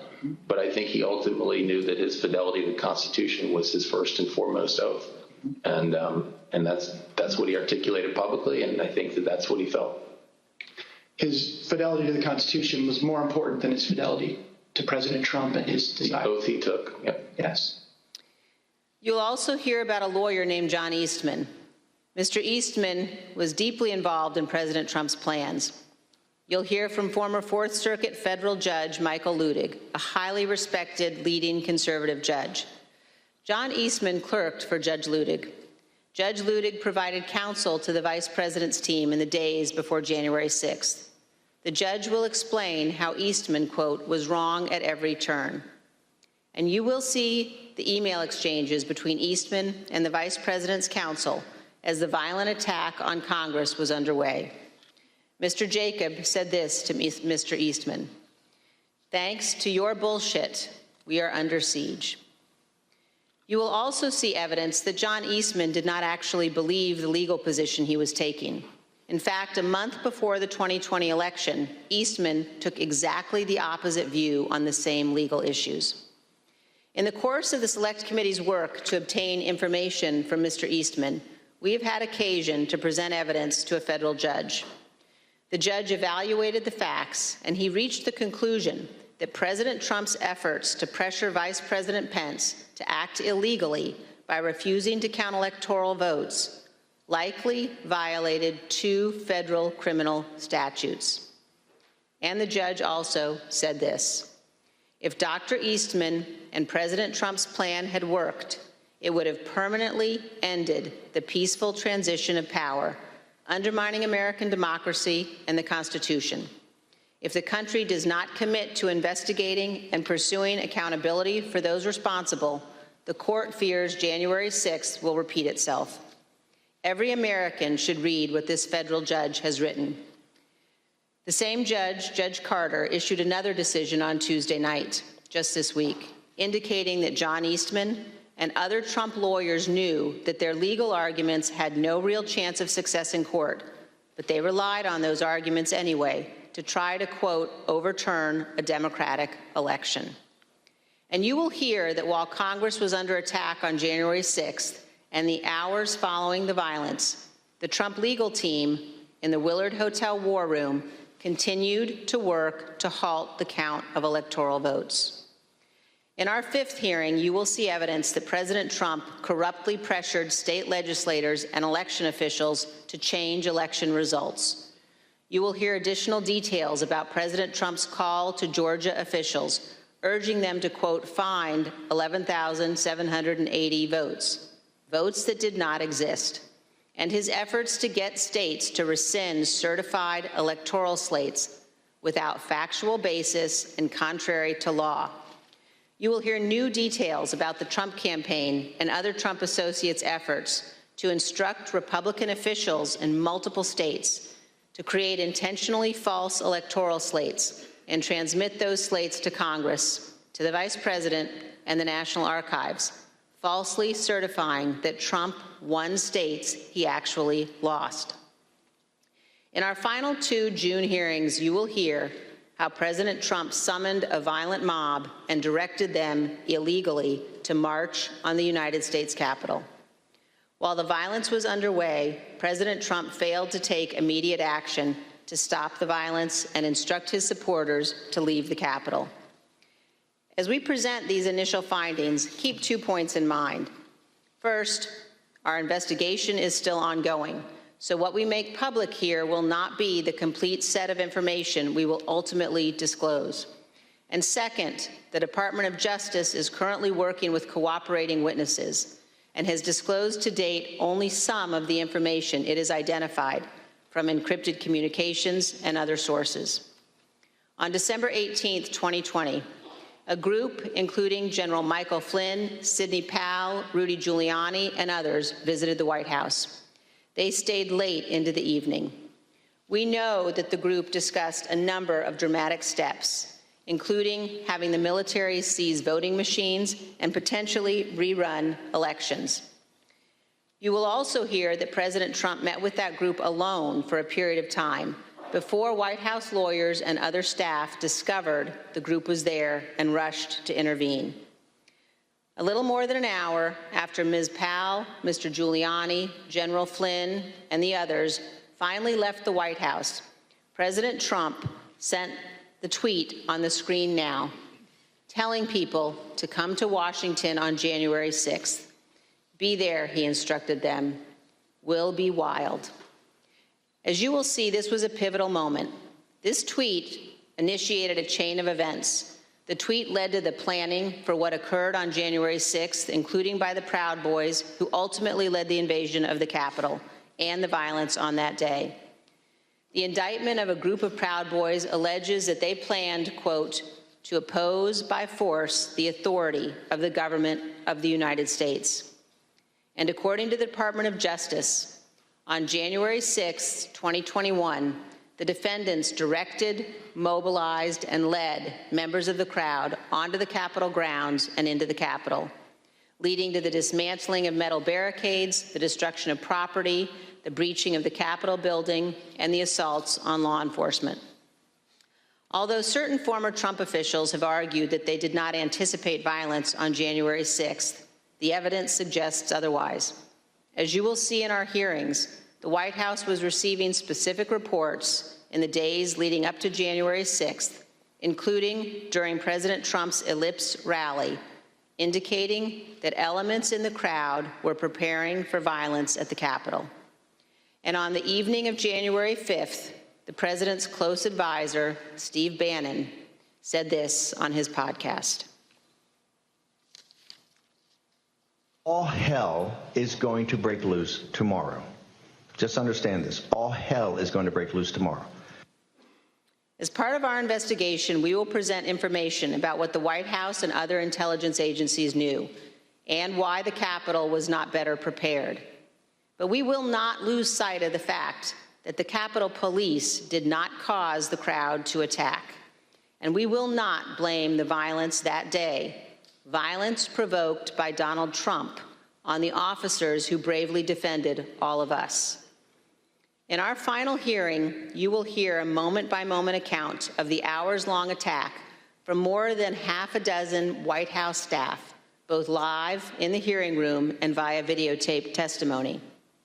There's no doubt that President Trump was well aware of the violence as it developed. White House staff urged President Trump to intervene and call off the mob. Here is a document written while the attack was underway by a member of the White House staff advising what the president needed to say. Quote, anyone who entered the Capitol without proper authority should leave immediately. This is exactly what his supporters on Capitol Hill and nationwide were urging the president to do. He would not. You will hear that leaders on Capitol Hill begged the president for help, including Republican leader McCarthy, who was, quote, scared, and called multiple members to persuade the president himself. Not only did President Trump refuse to tell the mob to leave the Capitol, he placed no call to any element of the United States government to instruct that the Capitol be defended. He did not call his Secretary of Defense on January 6th. He did not talk to his Attorney General. He did not talk to the Department of Homeland Security. President Trump gave no order to deploy the National Guard that day, and he made no effort to work with the Department of Justice to coordinate and deploy law enforcement assets. But Vice President Pence did each of those things. For example, here is what General Milley, the chairman of the Joint Chiefs of Staff, testified to this committee. There were 2 or 3 calls with Vice President Pence. He was very animated, and he issued very explicit, very direct, unambiguous orders. There was no question about that. And I can get you the exact quotes, I guess, from some of our records somewhere, but he was very animated, very direct, very firm, and to Secretary Miller. Get the military down here, get the Guard down here, put down this situation, etc. By contrast, here is General Milley's description of his conversation with President Trump's Chief of Staff, Mark Meadows, on January 6th. He said, we have to kill the narrative that the Vice President is making all the decisions. We need to establish the narrative that that the president is still in charge and that things are steady or stable or words that thing. I immediately interpret that as politics, politics, politics. Red flag for me personally, no action, but I remember it distinctly. And you will hear from witnesses how the day played out inside the White House, how multiple White House staff resigned in disgust, and how President Trump would not ask his supporters to leave the Capitol. It was only after multiple hours of violence that President Trump finally released a video instructing the riotous mob to leave. And as he did so, he said to them, quote, "We love you, and you're very special." You will also hear that in the immediate aftermath of January 6th, members of the president's family, White House staff, and others tried to step in to stabilize the situation, quote, to land the plane before the presidential transition on January 20th. You will hear about members of the Trump cabinet discussing the possibility of invoking the 25th Amendment and replacing the President of the United States. Multiple members of President Trump's own cabinet resigned immediately after January 6th. One member of the cabinet suggested that the remaining cabinet officers needed to take a more active role in running the White House and the administration. But most emblematic of those days is this exchange of texts between Sean Hannity and former President Trump's press secretary, Kayleigh McEnany. Sean Hannity wrote, in part, "Key now, no more crazy people, no more stolen election talk. Yes, impeachment and 25th Amendment are real. Many people will quit." Ms. McEnany responded in part, "Love that. That's the playbook." The White House staff knew that President Trump was willing to entertain and use conspiracy theories to achieve his ends. They knew the president needed to be cut off from all of those who had encouraged him. They knew that President Donald Trump was too dangerous to be left alone, at least until he left office on January 20th. These are important facts for Congress and the American people to understand fully. When a president fails to take the steps necessary to preserve our union, or worse, causes a constitutional crisis, we're at a moment of maximum danger for our republic. Some in the White House took responsible steps to try to prevent January 6th. Others egged the president on. Others, who could have acted, refused to do so. In this case, the White House counsel was so concerned about potentially lawless activity that he threatened to resign multiple times. That is exceedingly rare and exceedingly serious. It requires immediate attention, especially when the entire team threatens to resign. However, in the Trump White House, it was not exceedingly rare, and it was not treated seriously. This is a clip of Jared Kushner addressing multiple threats by White House counsel Pat Cipollone and his team of lawyers to resign in the weeks before January 6th. Jared, are you aware of instances where Pat Cipollone threatened to resign? I kind of, like I said, my interest at that time was on trying to get as many pardons done. And I know that, he was always, him and the team were always saying, oh, we're going to resign. We're not going to be here if this happens, if that happens. So I kind of took it up to just be whining, to be honest with you. Whining.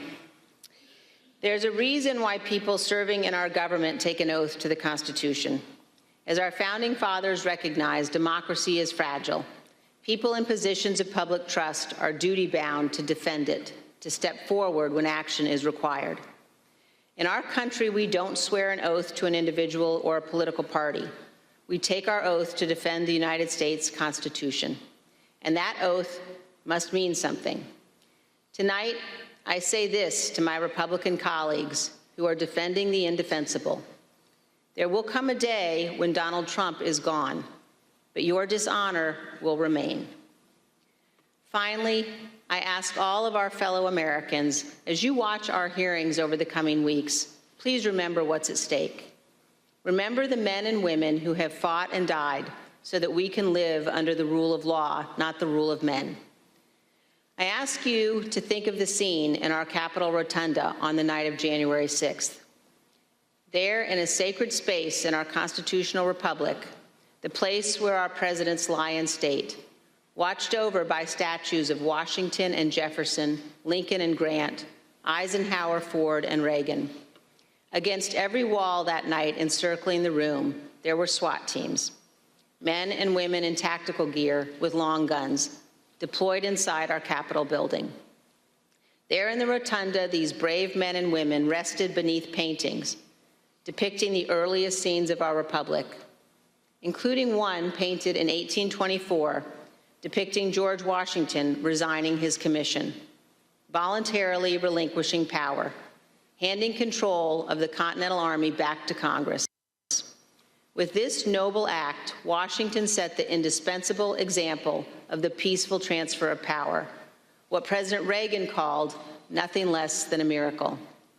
The sacred obligation to defend this peaceful transfer of power has been honored by every American president, except one.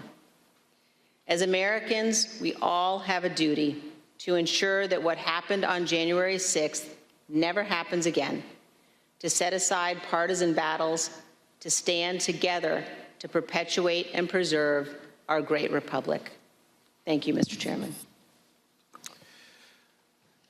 As we provide answers to American people about January 6th, it's important that we remember exactly what took place, that this was no tourist visit to the Capitol. Most of the footage we are about to play has never been seen. The Select Committee obtained it as a part of our investigation. This isn't easy to watch. I want to warn everyone that this video includes violence and strong language. Without objection, I include in the record a video presentation of the violence of January 6th.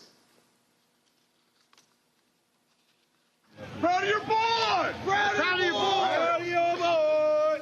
Yeah, just for awareness, be advised, there's probably about 300 Proud Boys. They're marching eastbound in this 400 block of kind of Independence, actually on the mall towards the United States Capitol.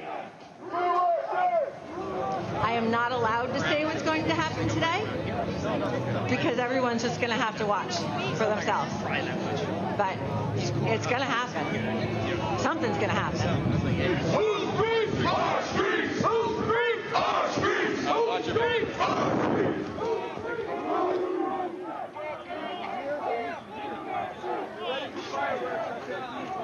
I'll hit you, hurt you. We are on your side. Don't make us go against you. Understand the side. Pick a side. These are our streets.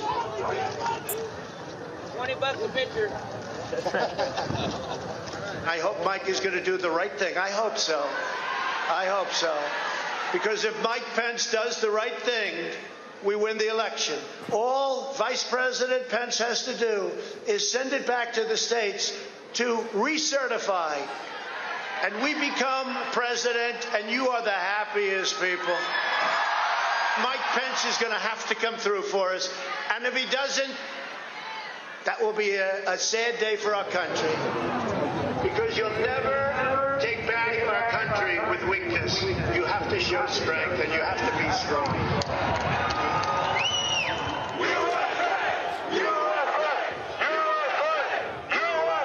Cruiser 50, it does look like we're going to have an ad hoc march stepping off here. There's a crowd surge heading east. We love Trump! We love Trump! We love Trump! We love Trump! We love Trump! We love Trump! We love Trump! Mike Pence, I hope you're going to stand up for the good of our Constitution and for the good of our country. And if you're not, I'm going to be very disappointed in you. I will tell you right now.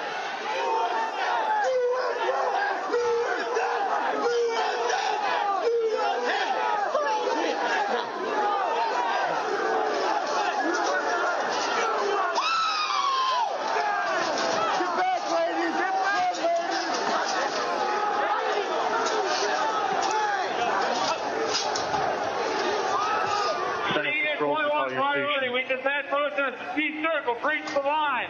We need backup.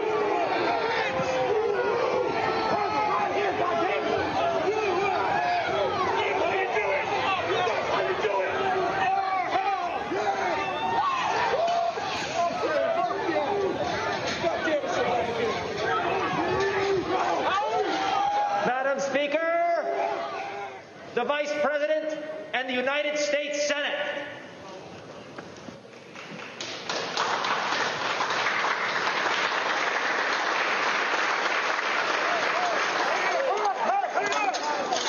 We're going to give riot warnings as soon as the apparatus is here. We're going to give riot warnings. We're going to try to get compliance, but this is now effectively a riot.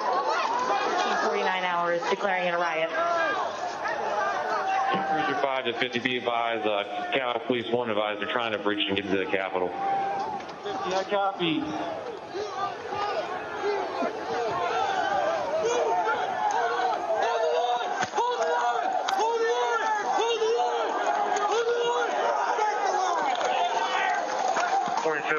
We're about 5 miles out. We're trying to make our way through all this.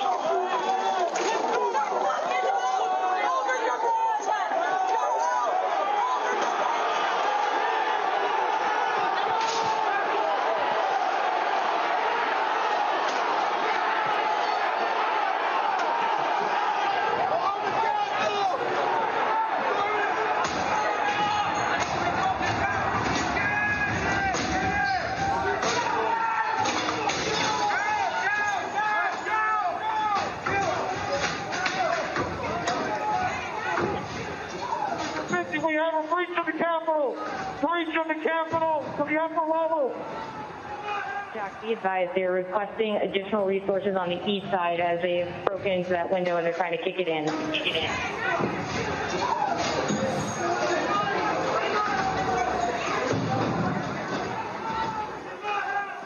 Without objection, the chair declares the House in recess pursuant to Clause 12B of Rule 1.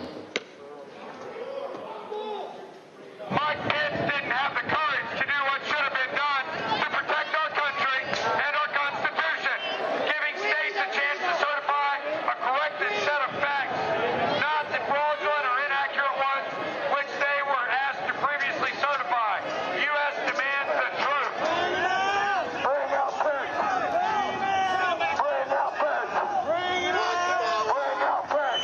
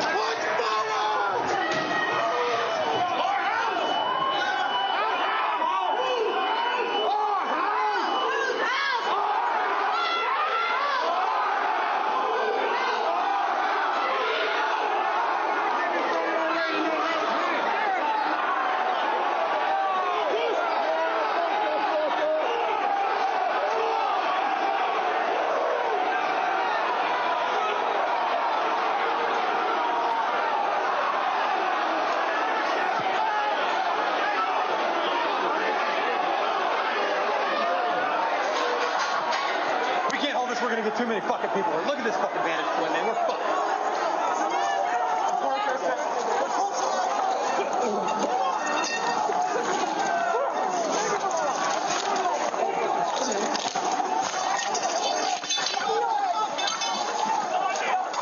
We need an area for the House members. They're all walking over now through the tunnels.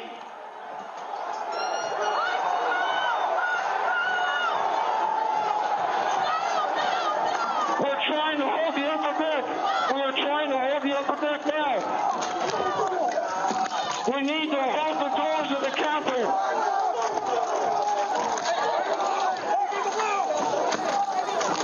I need court support.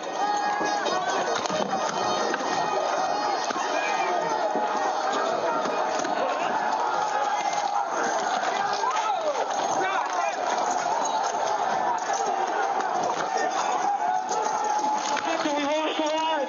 We lost the line. All MPDs pull back. All MPDs pull back up to the upper deck. All MPDs pull back to the upper deck. ASAP.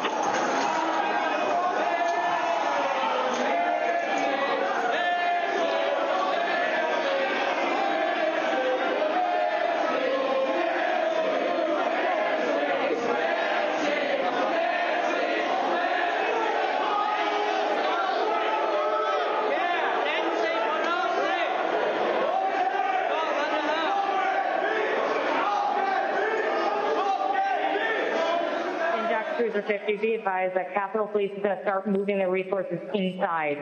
They're going to start the M4 officers first.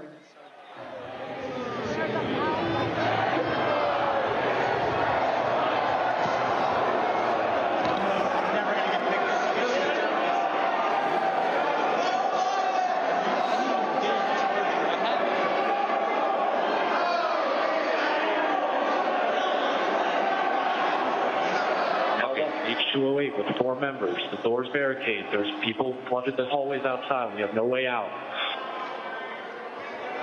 In fact, officers still remaining on the House floor, on the third floor, to use the subways themselves. It's time to evacuate so we can secure the members on the other side. Copy. It's up to us people now, the American people. What are you ready to do? One more time. What are you ready to do? And whatever it takes, I'll lay my life down if it takes. Absolutely. That's why we showed up today.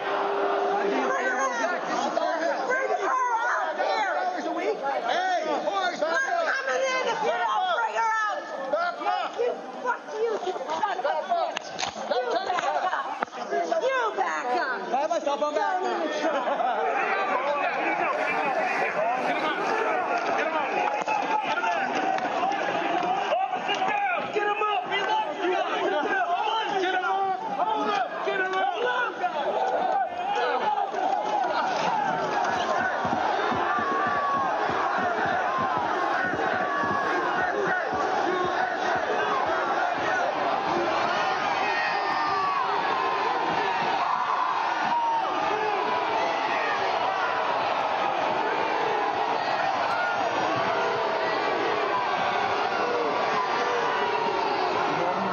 changing some of that West Terran talk for backup.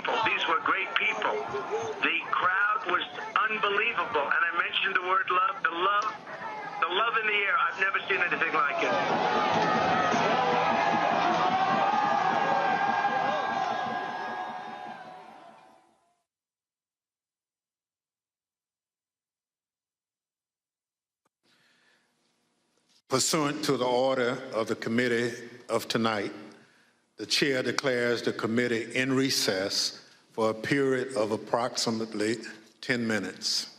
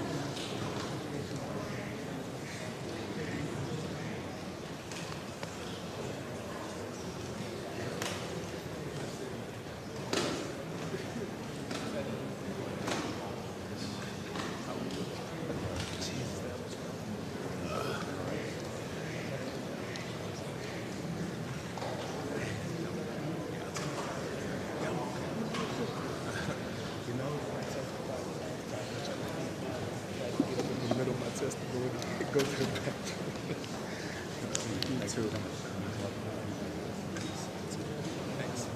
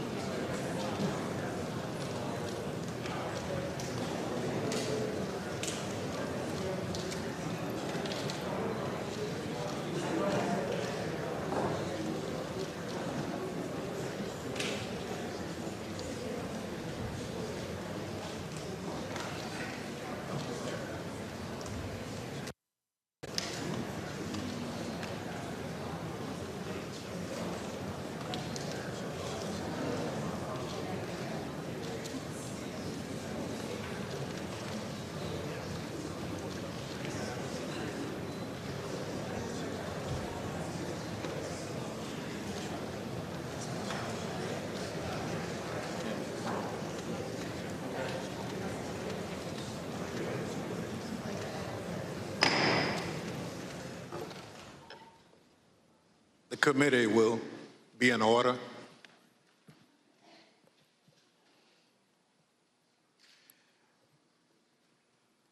I want to thank our witnesses for being with us this evening to share their firsthand accounts of that terrible day.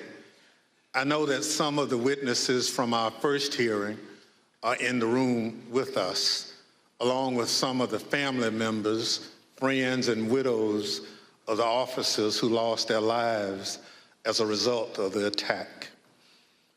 Thank you all for being here for us and the American people. Officer Carolyn Edwards has been with the United States Capitol Police since 2017. On January 6th, Officer Edwards was assigned to the First Responder Unit, which serves as the first line of defense at the Capitol complex. She also served as a member of the Civil Disturbance Unit, a special subset of the uniformed division trained to respond to mass demonstration events. Officer Edwards is a graduate of the University in Intelligence Analysis from Johns Hopkins University. Nick Quisted is an acclaimed filmmaker whose credits include documenting stories from war zones in Afghanistan, Syria, and Iraq. On January 6th, Mr. Quickstead was working on a documentary about, quote, why Americans are so divided when Americans have so much in common, end quote. During that day, Mr. Quickstead interviewed and documented movements of the people around the Capitol, including the first moments of the violence against the Capitol Police and the chaos that ensued. I will now swear in our witnesses. The witnesses will please stand and raise your right hand. Do you swear and affirm under penalty of perjury that the testimony you're about to give is the truth, the whole truth, and nothing but the truth, so help you God?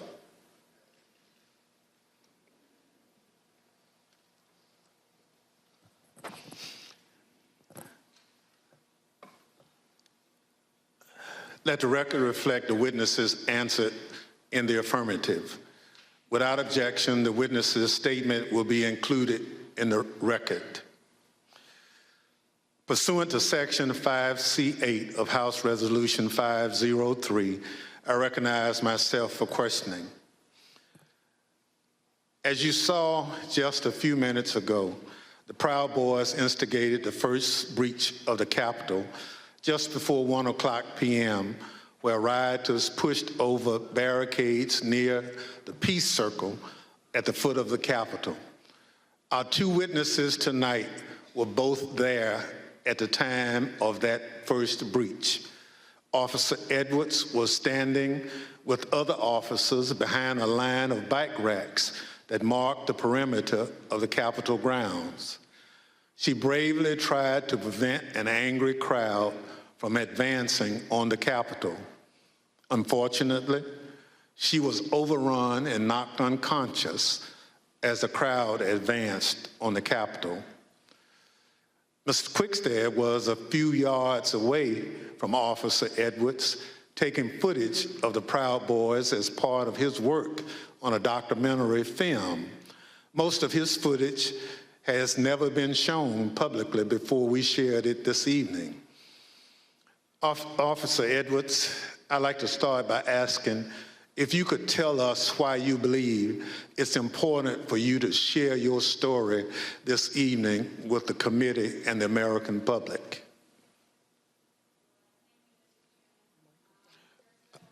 Please, your microphone. Well, thank you, Mr. Chairman. I really appreciate it, and thank you to the committee for having me here to testify. I was called a lot of things on January 6, 2021 and the days thereafter. I was called Nancy Pelosi's dog, called incompetent, called a hero, and a villain. I was called a traitor to my country, my oath, and my Constitution. In actuality, I was none of those things.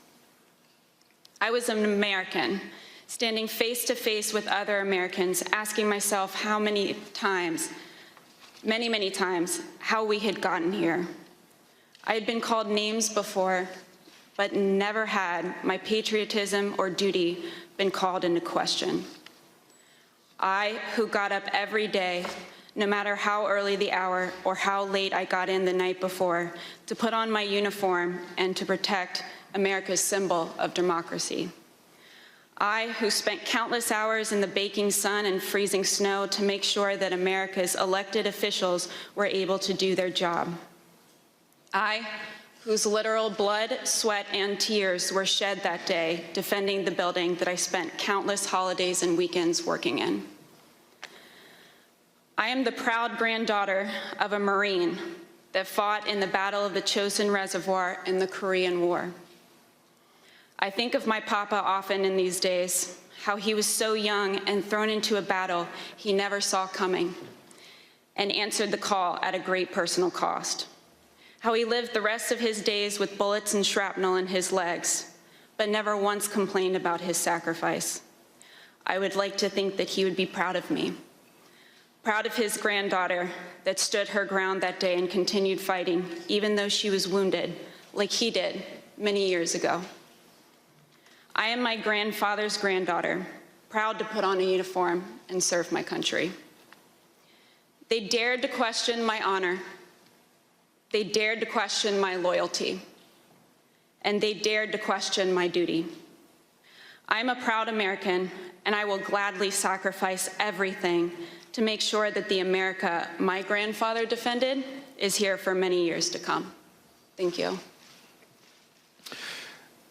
Officer Edwards, your story and your service is important, and I thank you for being here tonight.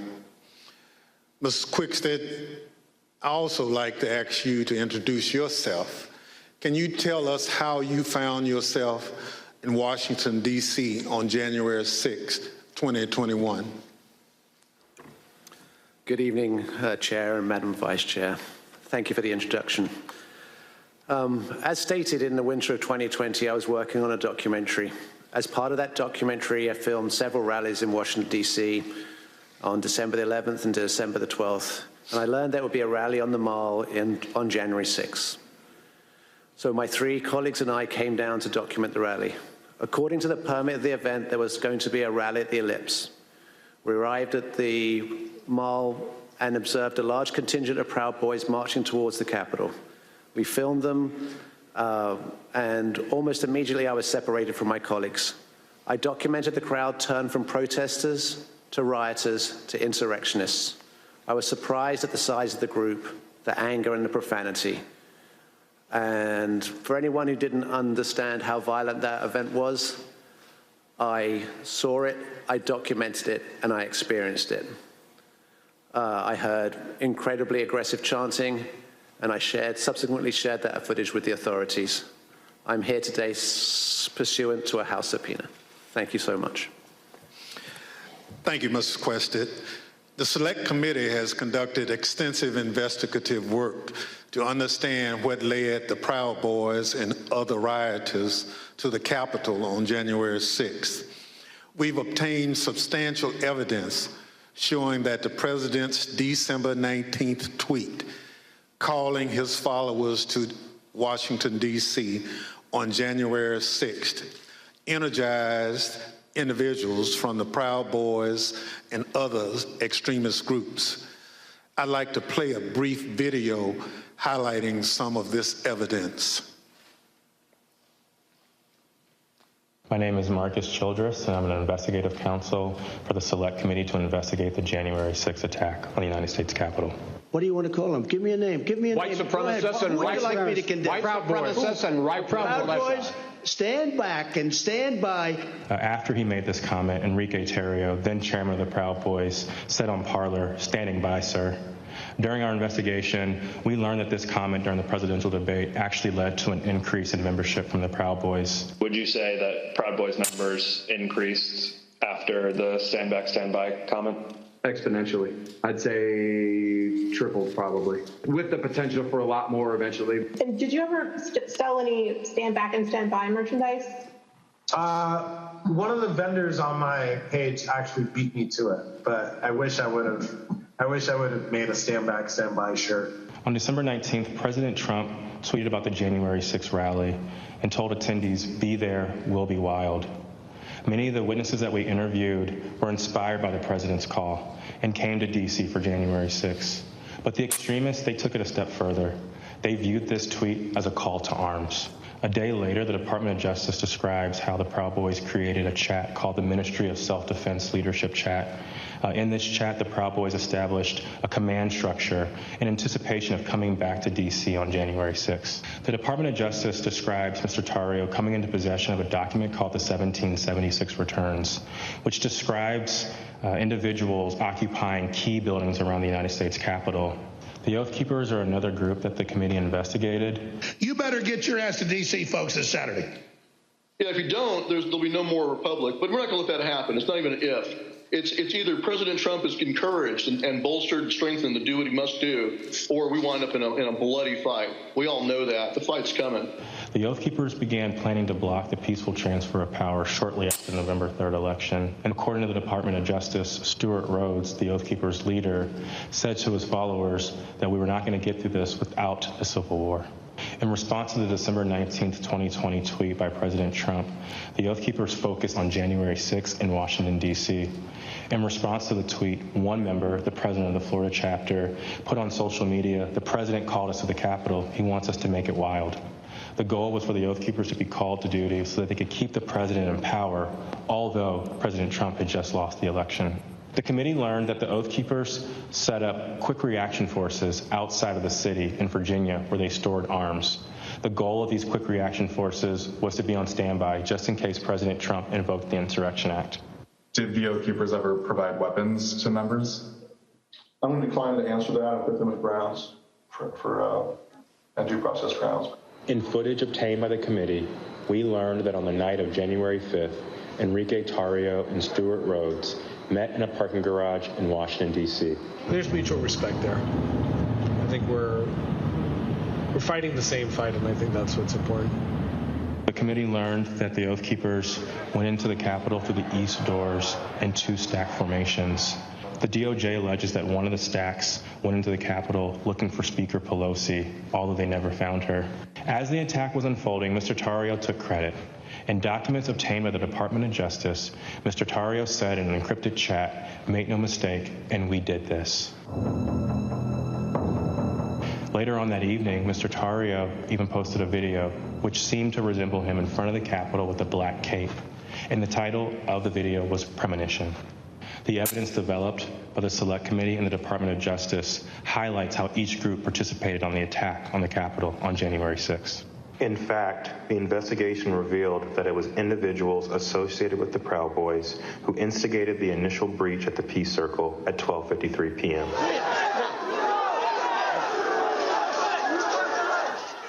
Within 10 minutes, rioters had already filled the Lower West Plaza. By 2 o'clock, rioters had reached the doors on the West and the East Plazas. And by 2:13, rioters had actually broken through the Senate wing door and gotten into the Capitol building. A series of breaches followed. At 2:25 p.m., rioters breached the east side doors to the Rotunda.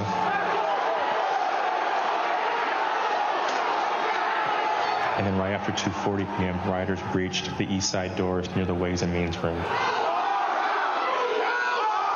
Once the rioters infiltrated the Capitol, they moved through the crypt, the rotunda, the hallways leading to the House chambers, and even inside the Senate chambers.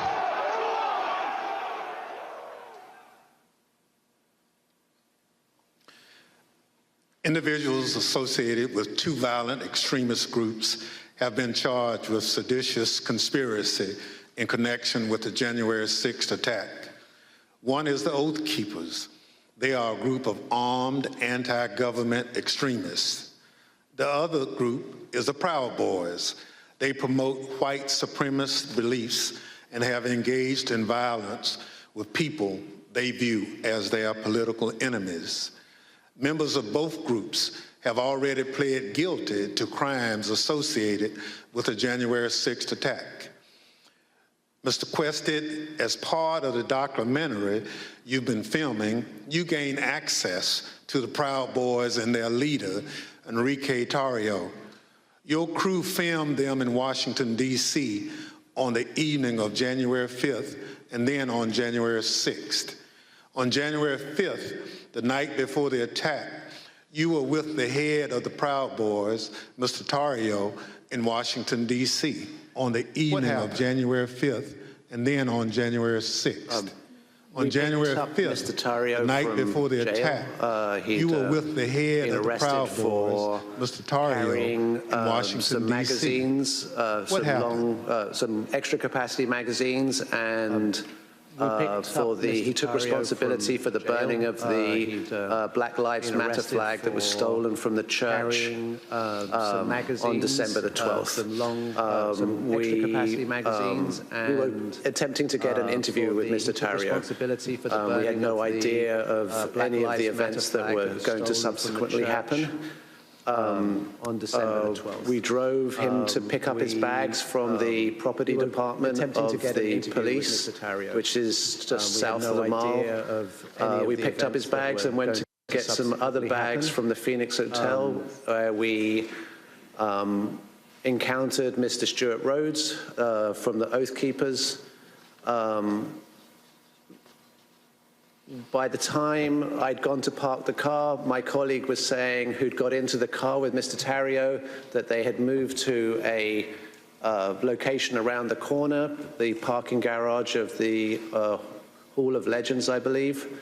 And so we quickly drove over there. We drove down into the parking garage and filmed the scene of Mr. Tarrio and Mr. Rhodes and certain other individuals in that garage. We then continued to follow Mr. Tarrio. There was some discussion about where he was going to go. He ended up going towards a hotel in Baltimore, and we conducted an interview with him in the hotel room. And then we returned to DC for that night and what was interesting that night actually was that was the first indication that DC was much more busy than it had been any other time we'd been here, because we couldn't get into the hotels we wanted to, and we ended up at a hotel that, you know, was not as satisfactory as we would have hoped. Thank you. So what you're saying is you filmed the meeting between Mr. Tarrio and Oath Keepers leader Stuart Rhodes, right? Indeed. You couldn't hear what was said, but according to the Justice Department indictment of Mr. Tarrio, a participant referenced the Capitol. Now, on the morning of January 6th, you learned the Proud Boys would gather near the rally scheduled to take place near the White House. What time did you meet up with the Proud Boys, and what was happening when they met? We met up with the Proud Boys somewhere around 10:30 a.m., and they were starting to walk down the mall easterly direction towards the Capitol. There was a large contingent, more than I had expected, and I was confused to a certain extent why we were walking away from the president's speech, because that's what I felt we were there to cover. So at 10:30 a.m., that's early in the day. That's even before President Trump had started speaking. Am I correct? Yes, sir. So how many Proud Boys would you estimate were marching together to the Capitol? A couple of hundred. Potentially, yeah, I'd say a couple of hundred Proud Boys were marching towards the Capitol at that point. At the time, was the area heavily guarded? No, that was, I remember we walked we walked down the mall, we walked to the right of the reflecting pool, and then north along the road that leads to the Peace Circle. And as we were walking past the peace circle, I framed the Proud Boys to the right of my shot with the Capitol behind, and we see one sole police officer at the barriers, which are subsequently breached. We then walk up and past a tactical unit preparing, and you see that in the film where the man questions their duty and their honor, and you see maybe a dozen Capitol Police putting on their riot gear. So how would you describe the atmosphere at that time? The atmosphere it seemed to be much darker. I make efforts to create a familiarity between myself and my subjects to make them feel comfortable. And the atmosphere was much darker at this day than had been in these other days. And there was also a contingent of Proud Boys that I hadn't met before from Arizona who appeared to wear these orange hats and had orange armbands. So when the Proud Boys went back down the hill to the Peace Circle, did a larger crowd start together? Well, no. First of all, we went round to the back and down the steps, and we took some photographs on the east side of the Capitol, and then we went for lunch. We went for tacos. So, Mr. Quested, you're a journalist, so you are careful to stick to things that you have observed. But what you've told us is highly relevant. Let me highlight a few key facts that you and others have provided the committee. First, there was a large group of Proud Boys present at the Capitol. We know that from multiple sources. You now estimate that there were around 250 to 300 individuals that you've testified. They weren't there for President Trump's speech. We know this because they left that area to march toward the Capitol before the speech began. They walked around the Capitol that morning. I'm concerned this allowed them to see what defenses were in place and where weaknesses might be. And they decided to launch their attack at the Peace Circle, which is the front door of the Capitol complex. It's the first security perimeter that those marching from the ellipse would have to come to as they moved toward the Capitol. The Peace Circle walkway was always where the thousands of angry Trump supporters would arrive after President Trump sent them from the ellipse. The Proud Boys timed their attack to the moments before the start of the joint session in the Capitol, which is also where President Trump directed the angry mob, "We fight like hell," end quote. He told them before sending them down Pennsylvania Avenue, right to where the Proud Boys gathered and where you were filming. Now, a central question is whether the attack on the Capitol was coordinated and planned. What you witnessed is what a coordinated and planned effort would look like. It was the culmination of a months-long effort spearheaded by President Trump. Mr. Quested, thank you for your eyewitness account of the lead up to the breach of the Peace Circle. This brings us to a point in time where you and Officer Edwards were in close proximity. At this point, I reserve the balance of my time pursuant to 5C, Section 8 of House Resolution 503. The chair recognizes the gentlewoman from Wyoming, Ms. Cheney, for questioning. Thank you very much, Mr. Chairman. Officer Edwards, I want to start by thanking you for your service and thank you for your courage. Thank you for being here this evening. I know that it's not easy to relive what happened for you and for the officers behind you and for the family members of the officers in the audience this evening. But it's really important for the country to have a full accounting and understand what happened. I want to start, Officer Edwards, with a short clip that shows the horrible moment when you were injured as the peace circle was breached.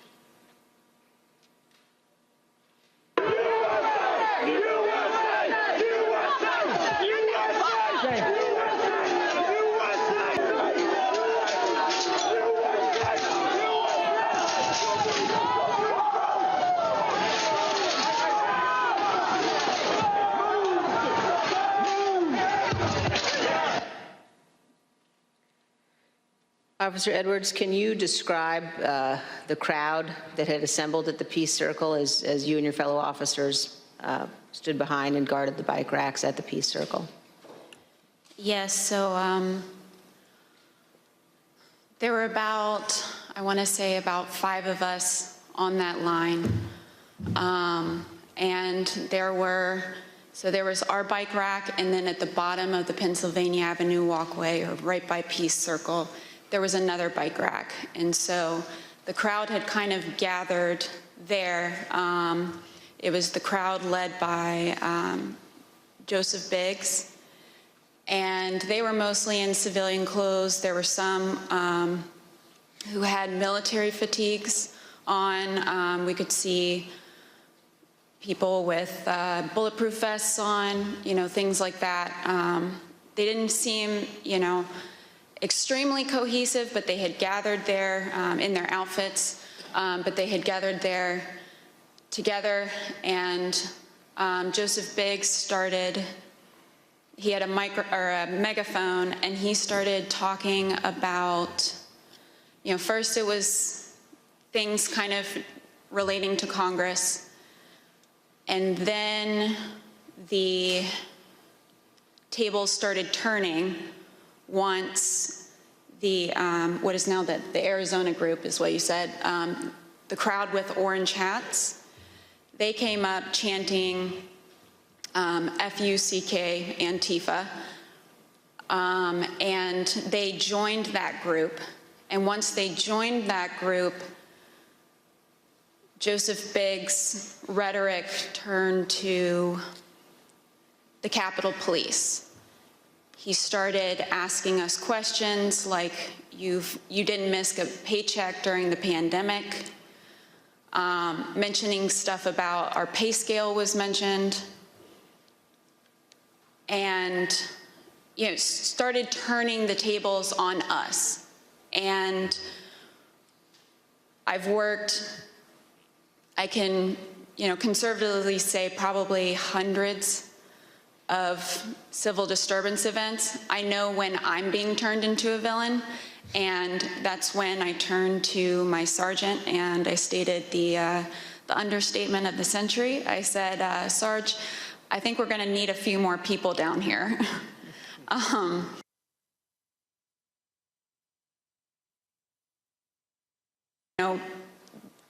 I think they started conferring. They went a little silent. They started conferring among each other. I saw the person now identified as Ryan Samsel. He put his arm around Joseph Biggs, and they were talking, and then they started approaching the first barricade.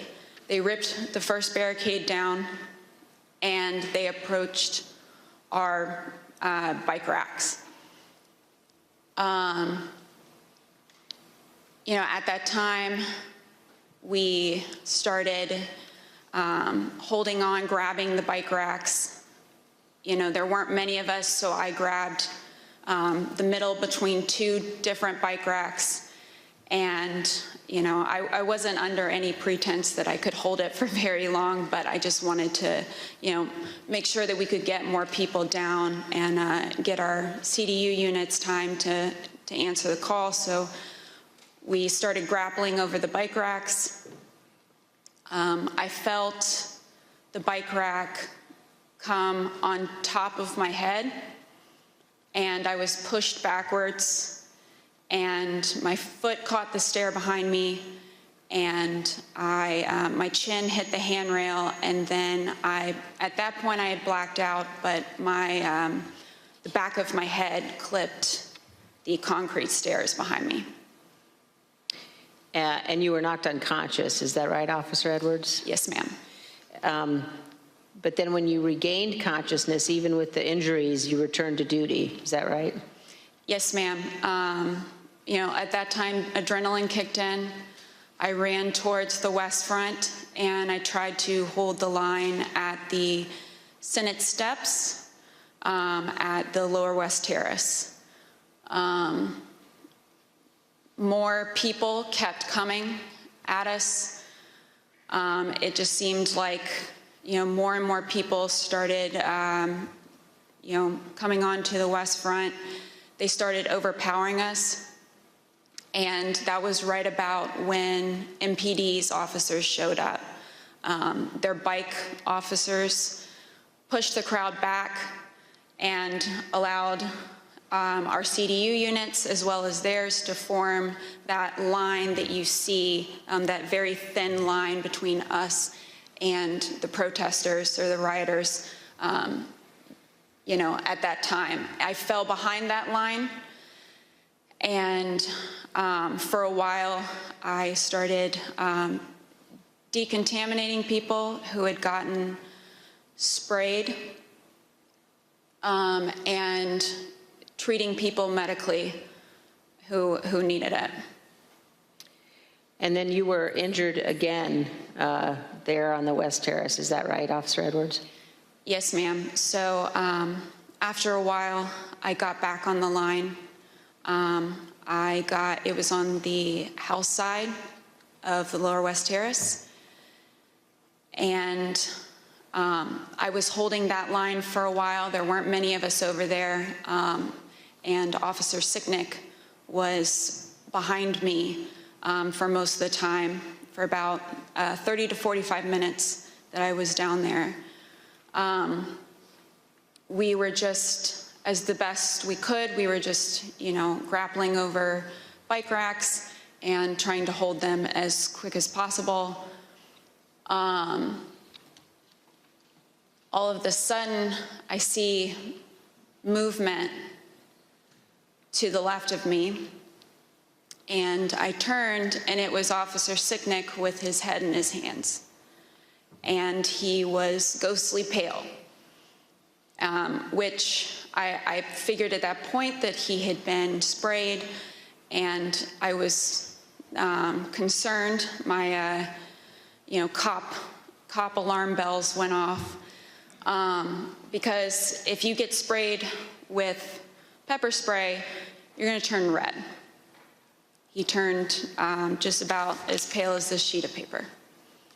And so I looked back to see what had hit him, what had happened, and that's when I got sprayed in the eyes as well. I was taken to be decontaminated by another officer, but we didn't get the chance because we were then tear gassed. And we are going to play just a brief clip of that moment that you've just described, Officer Edwards.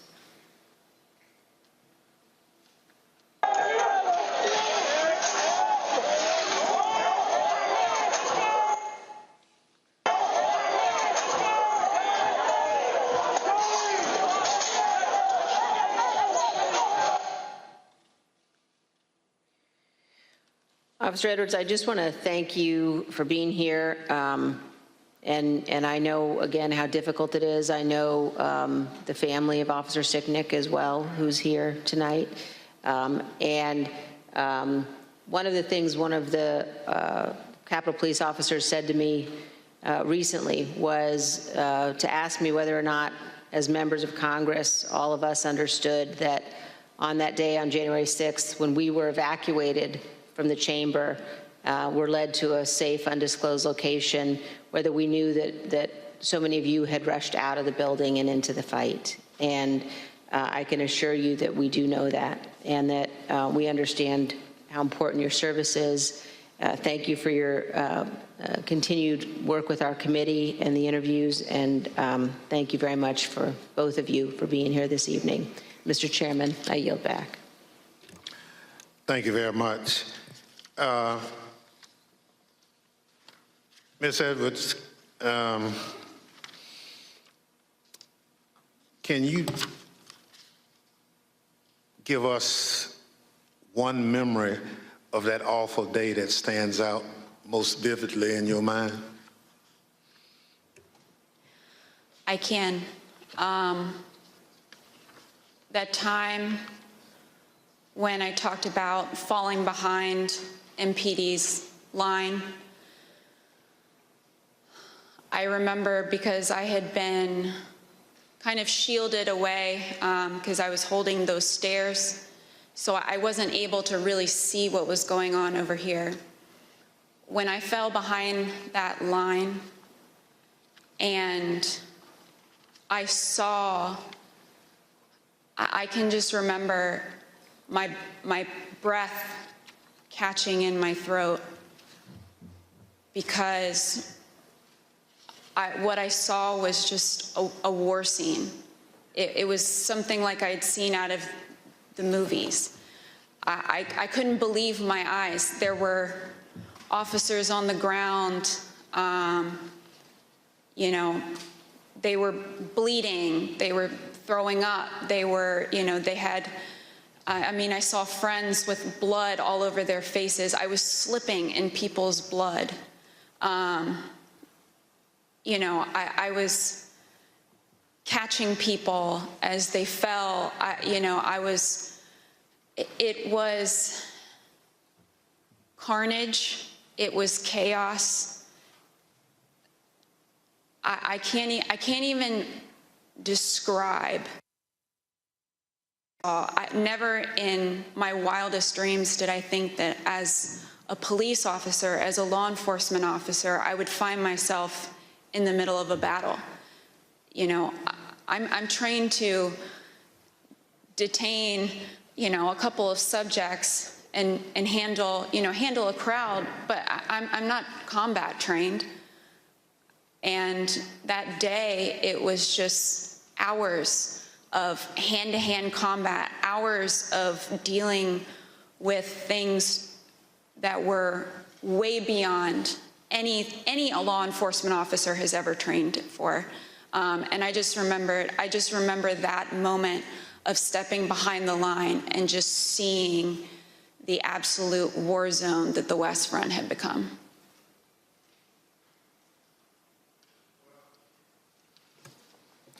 Let me thank you for your service and obviously your bravery that you have told the world about tonight. It's unfortunate that you had to defend the Capitol from fellow Americans. None of us would ever think that that would have to happen, but it did. So let me thank our witnesses for joining us tonight and sharing their experiences with America. Throughout my chairmanship of this committee, I've continuously vowed that this committee will ensure a comprehensive account of the heroic acts on January 6th, and that we will follow the facts wherever they lead. Your testimony is an essential part of that record and helps us do our job. Mr. Quested, thank you for sharing your footage and your account of the day's events with us. The images you recorded and have shared with the committee do a better job than any of our words in reinforcing the violence of January 6th. We hope that the power of your footage help encourage all Americans to consider how citizens with so much in common could viciously brawl at the seat of their democratic government. Officer Edwards, thank you for your brave service, as I indicated, on January 6th, and all you did to protect us, and most importantly, our democracy. If you and your fellow officers hadn't held the line against those violent insurrectionists, we can only imagine the disaster that would have ensued.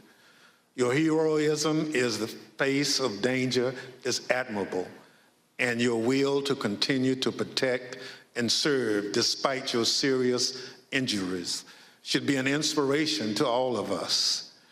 We wish you a continued recovery and look forward to seeing you back in uniform sometime soon.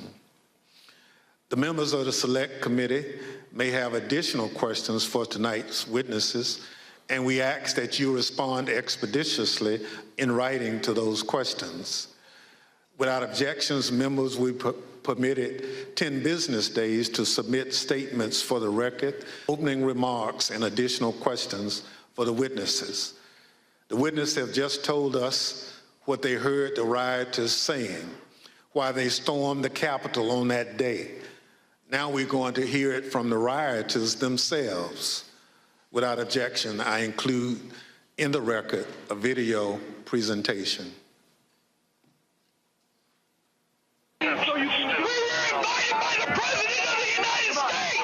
What really made me want to come was the fact that, I had supported Trump all that time. I did believe, that the election was being stolen. And Trump asked us to come. He personally asked for us to come to D.C. that day.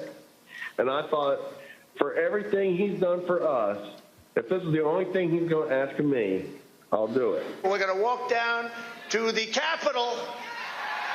Did you recall President Trump mentioning going to the Capitol during his speech? Oh, yeah.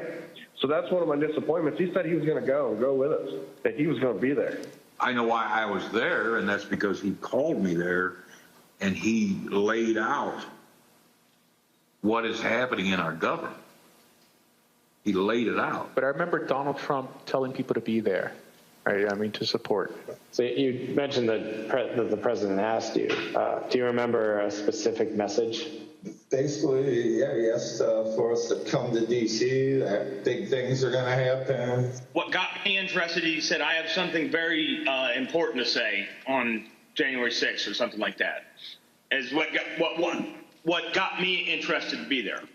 Trump has only asked me for two things. He asked me for my vote, and he asked me to come on January 6th. When the committee reconvenes next week, we're going to examine the lies that convinced those men and others to storm the Capitol, to try to stop the transfer of power. We're going to take a close look at the first part of Trump's attack on the rule of law, when he hit the fuse that ultimately resulted in the violence of January 6th. Without objection, and with that, the committee stands adjourned.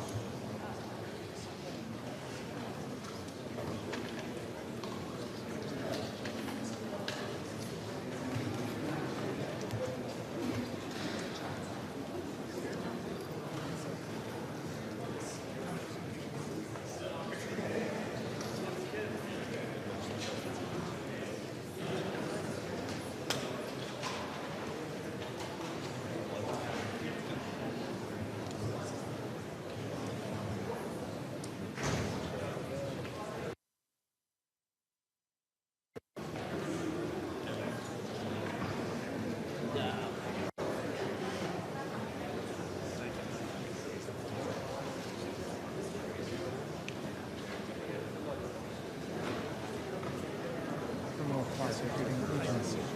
We're putting the evidence out there.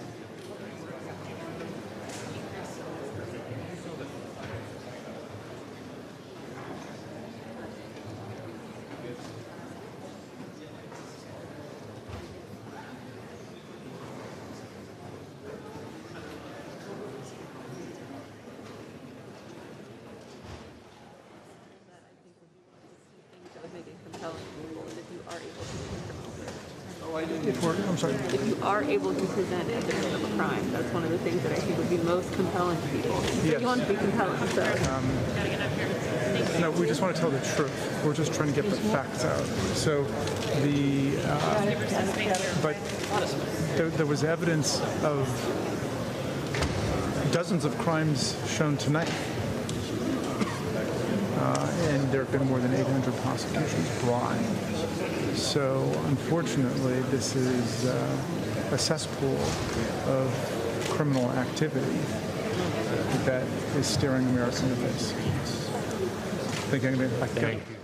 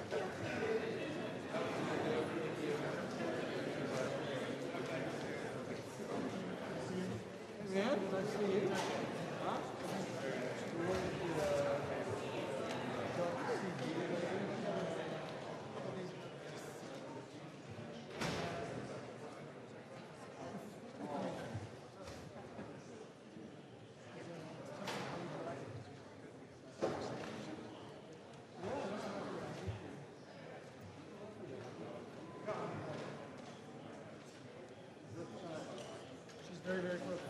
No, I know. All right, man, thanks again.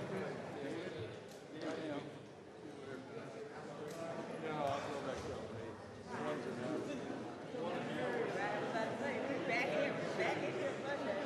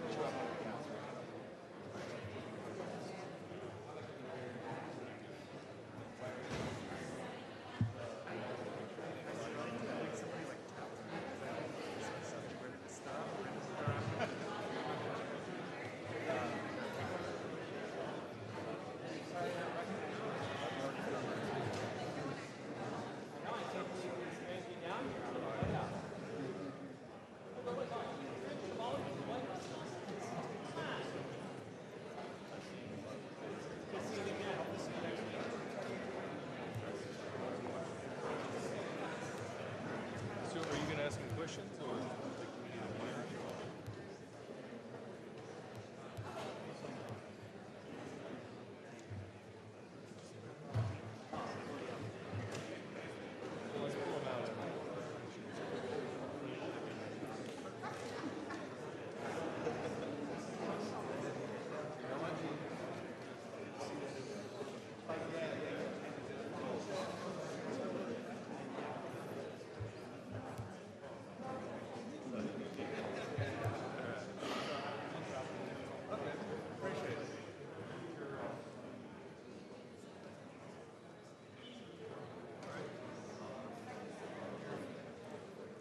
I'm glad we put this signature over there. So just let me know the signature.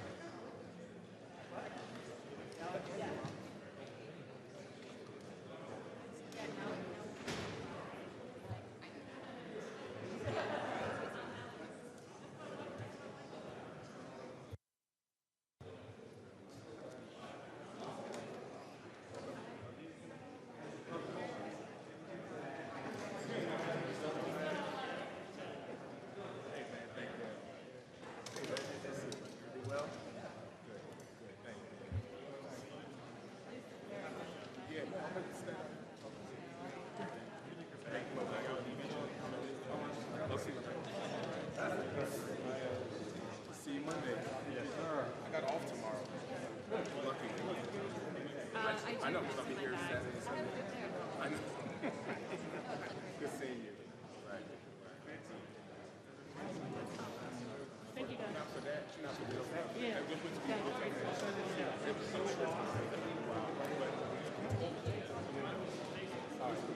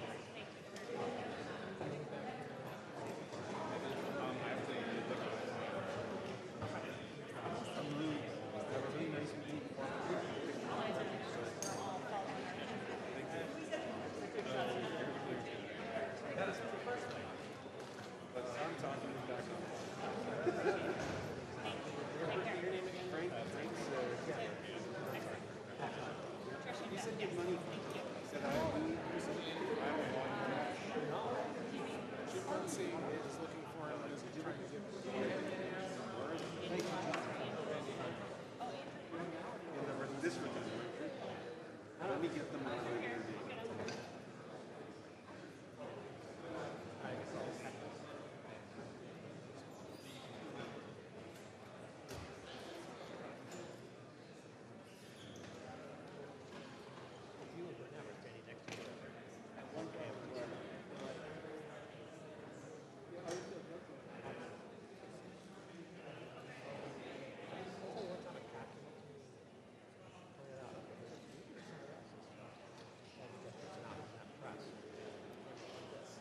Oh, really?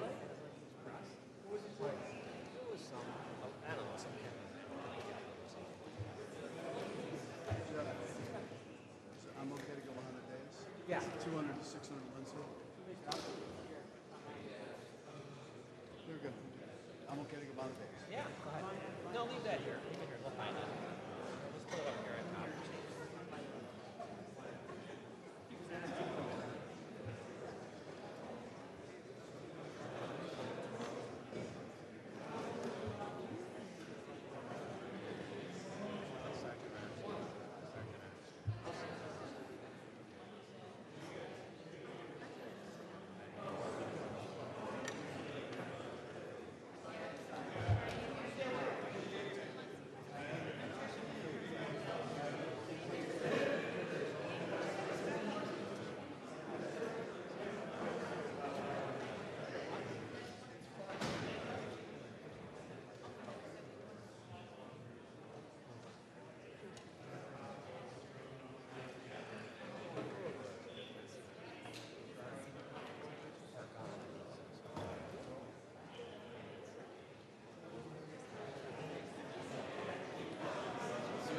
We've got a bad reputation for our poor remotes.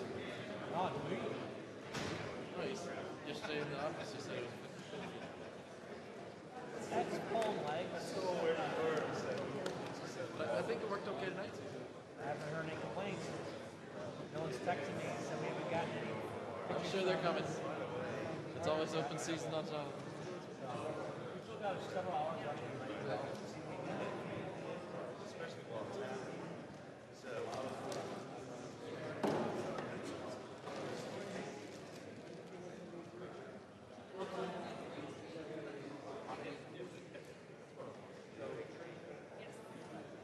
yes, ma'am.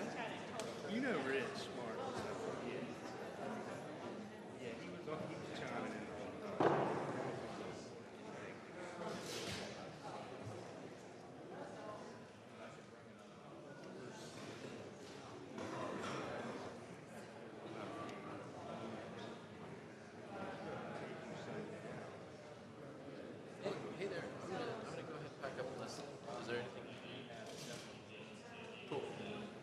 Awesome.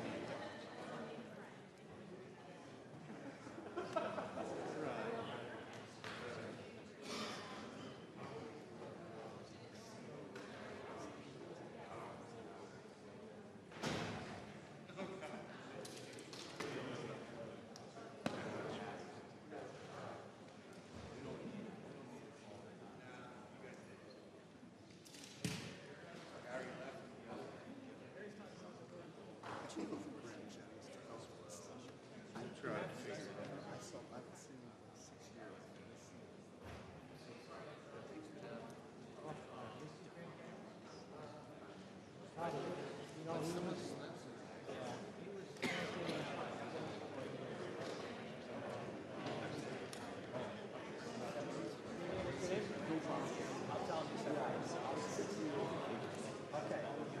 All right. Here Monday? This is it. Is your stuff Wi-Fi sending? I think, yeah, I was on Would you, if they gave us a hard line here? That's, yeah. Yeah, I think What if we shared?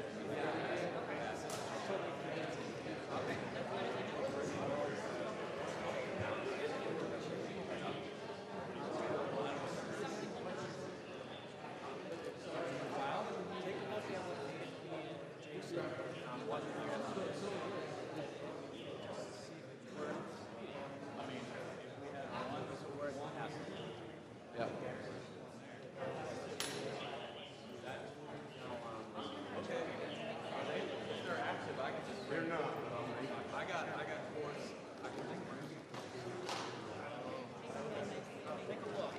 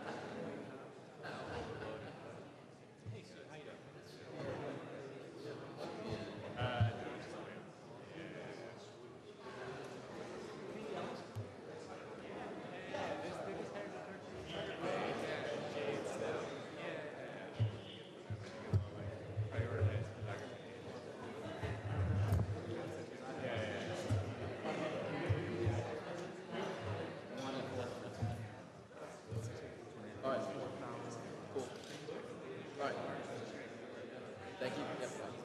Thank you. Thank you. Bye.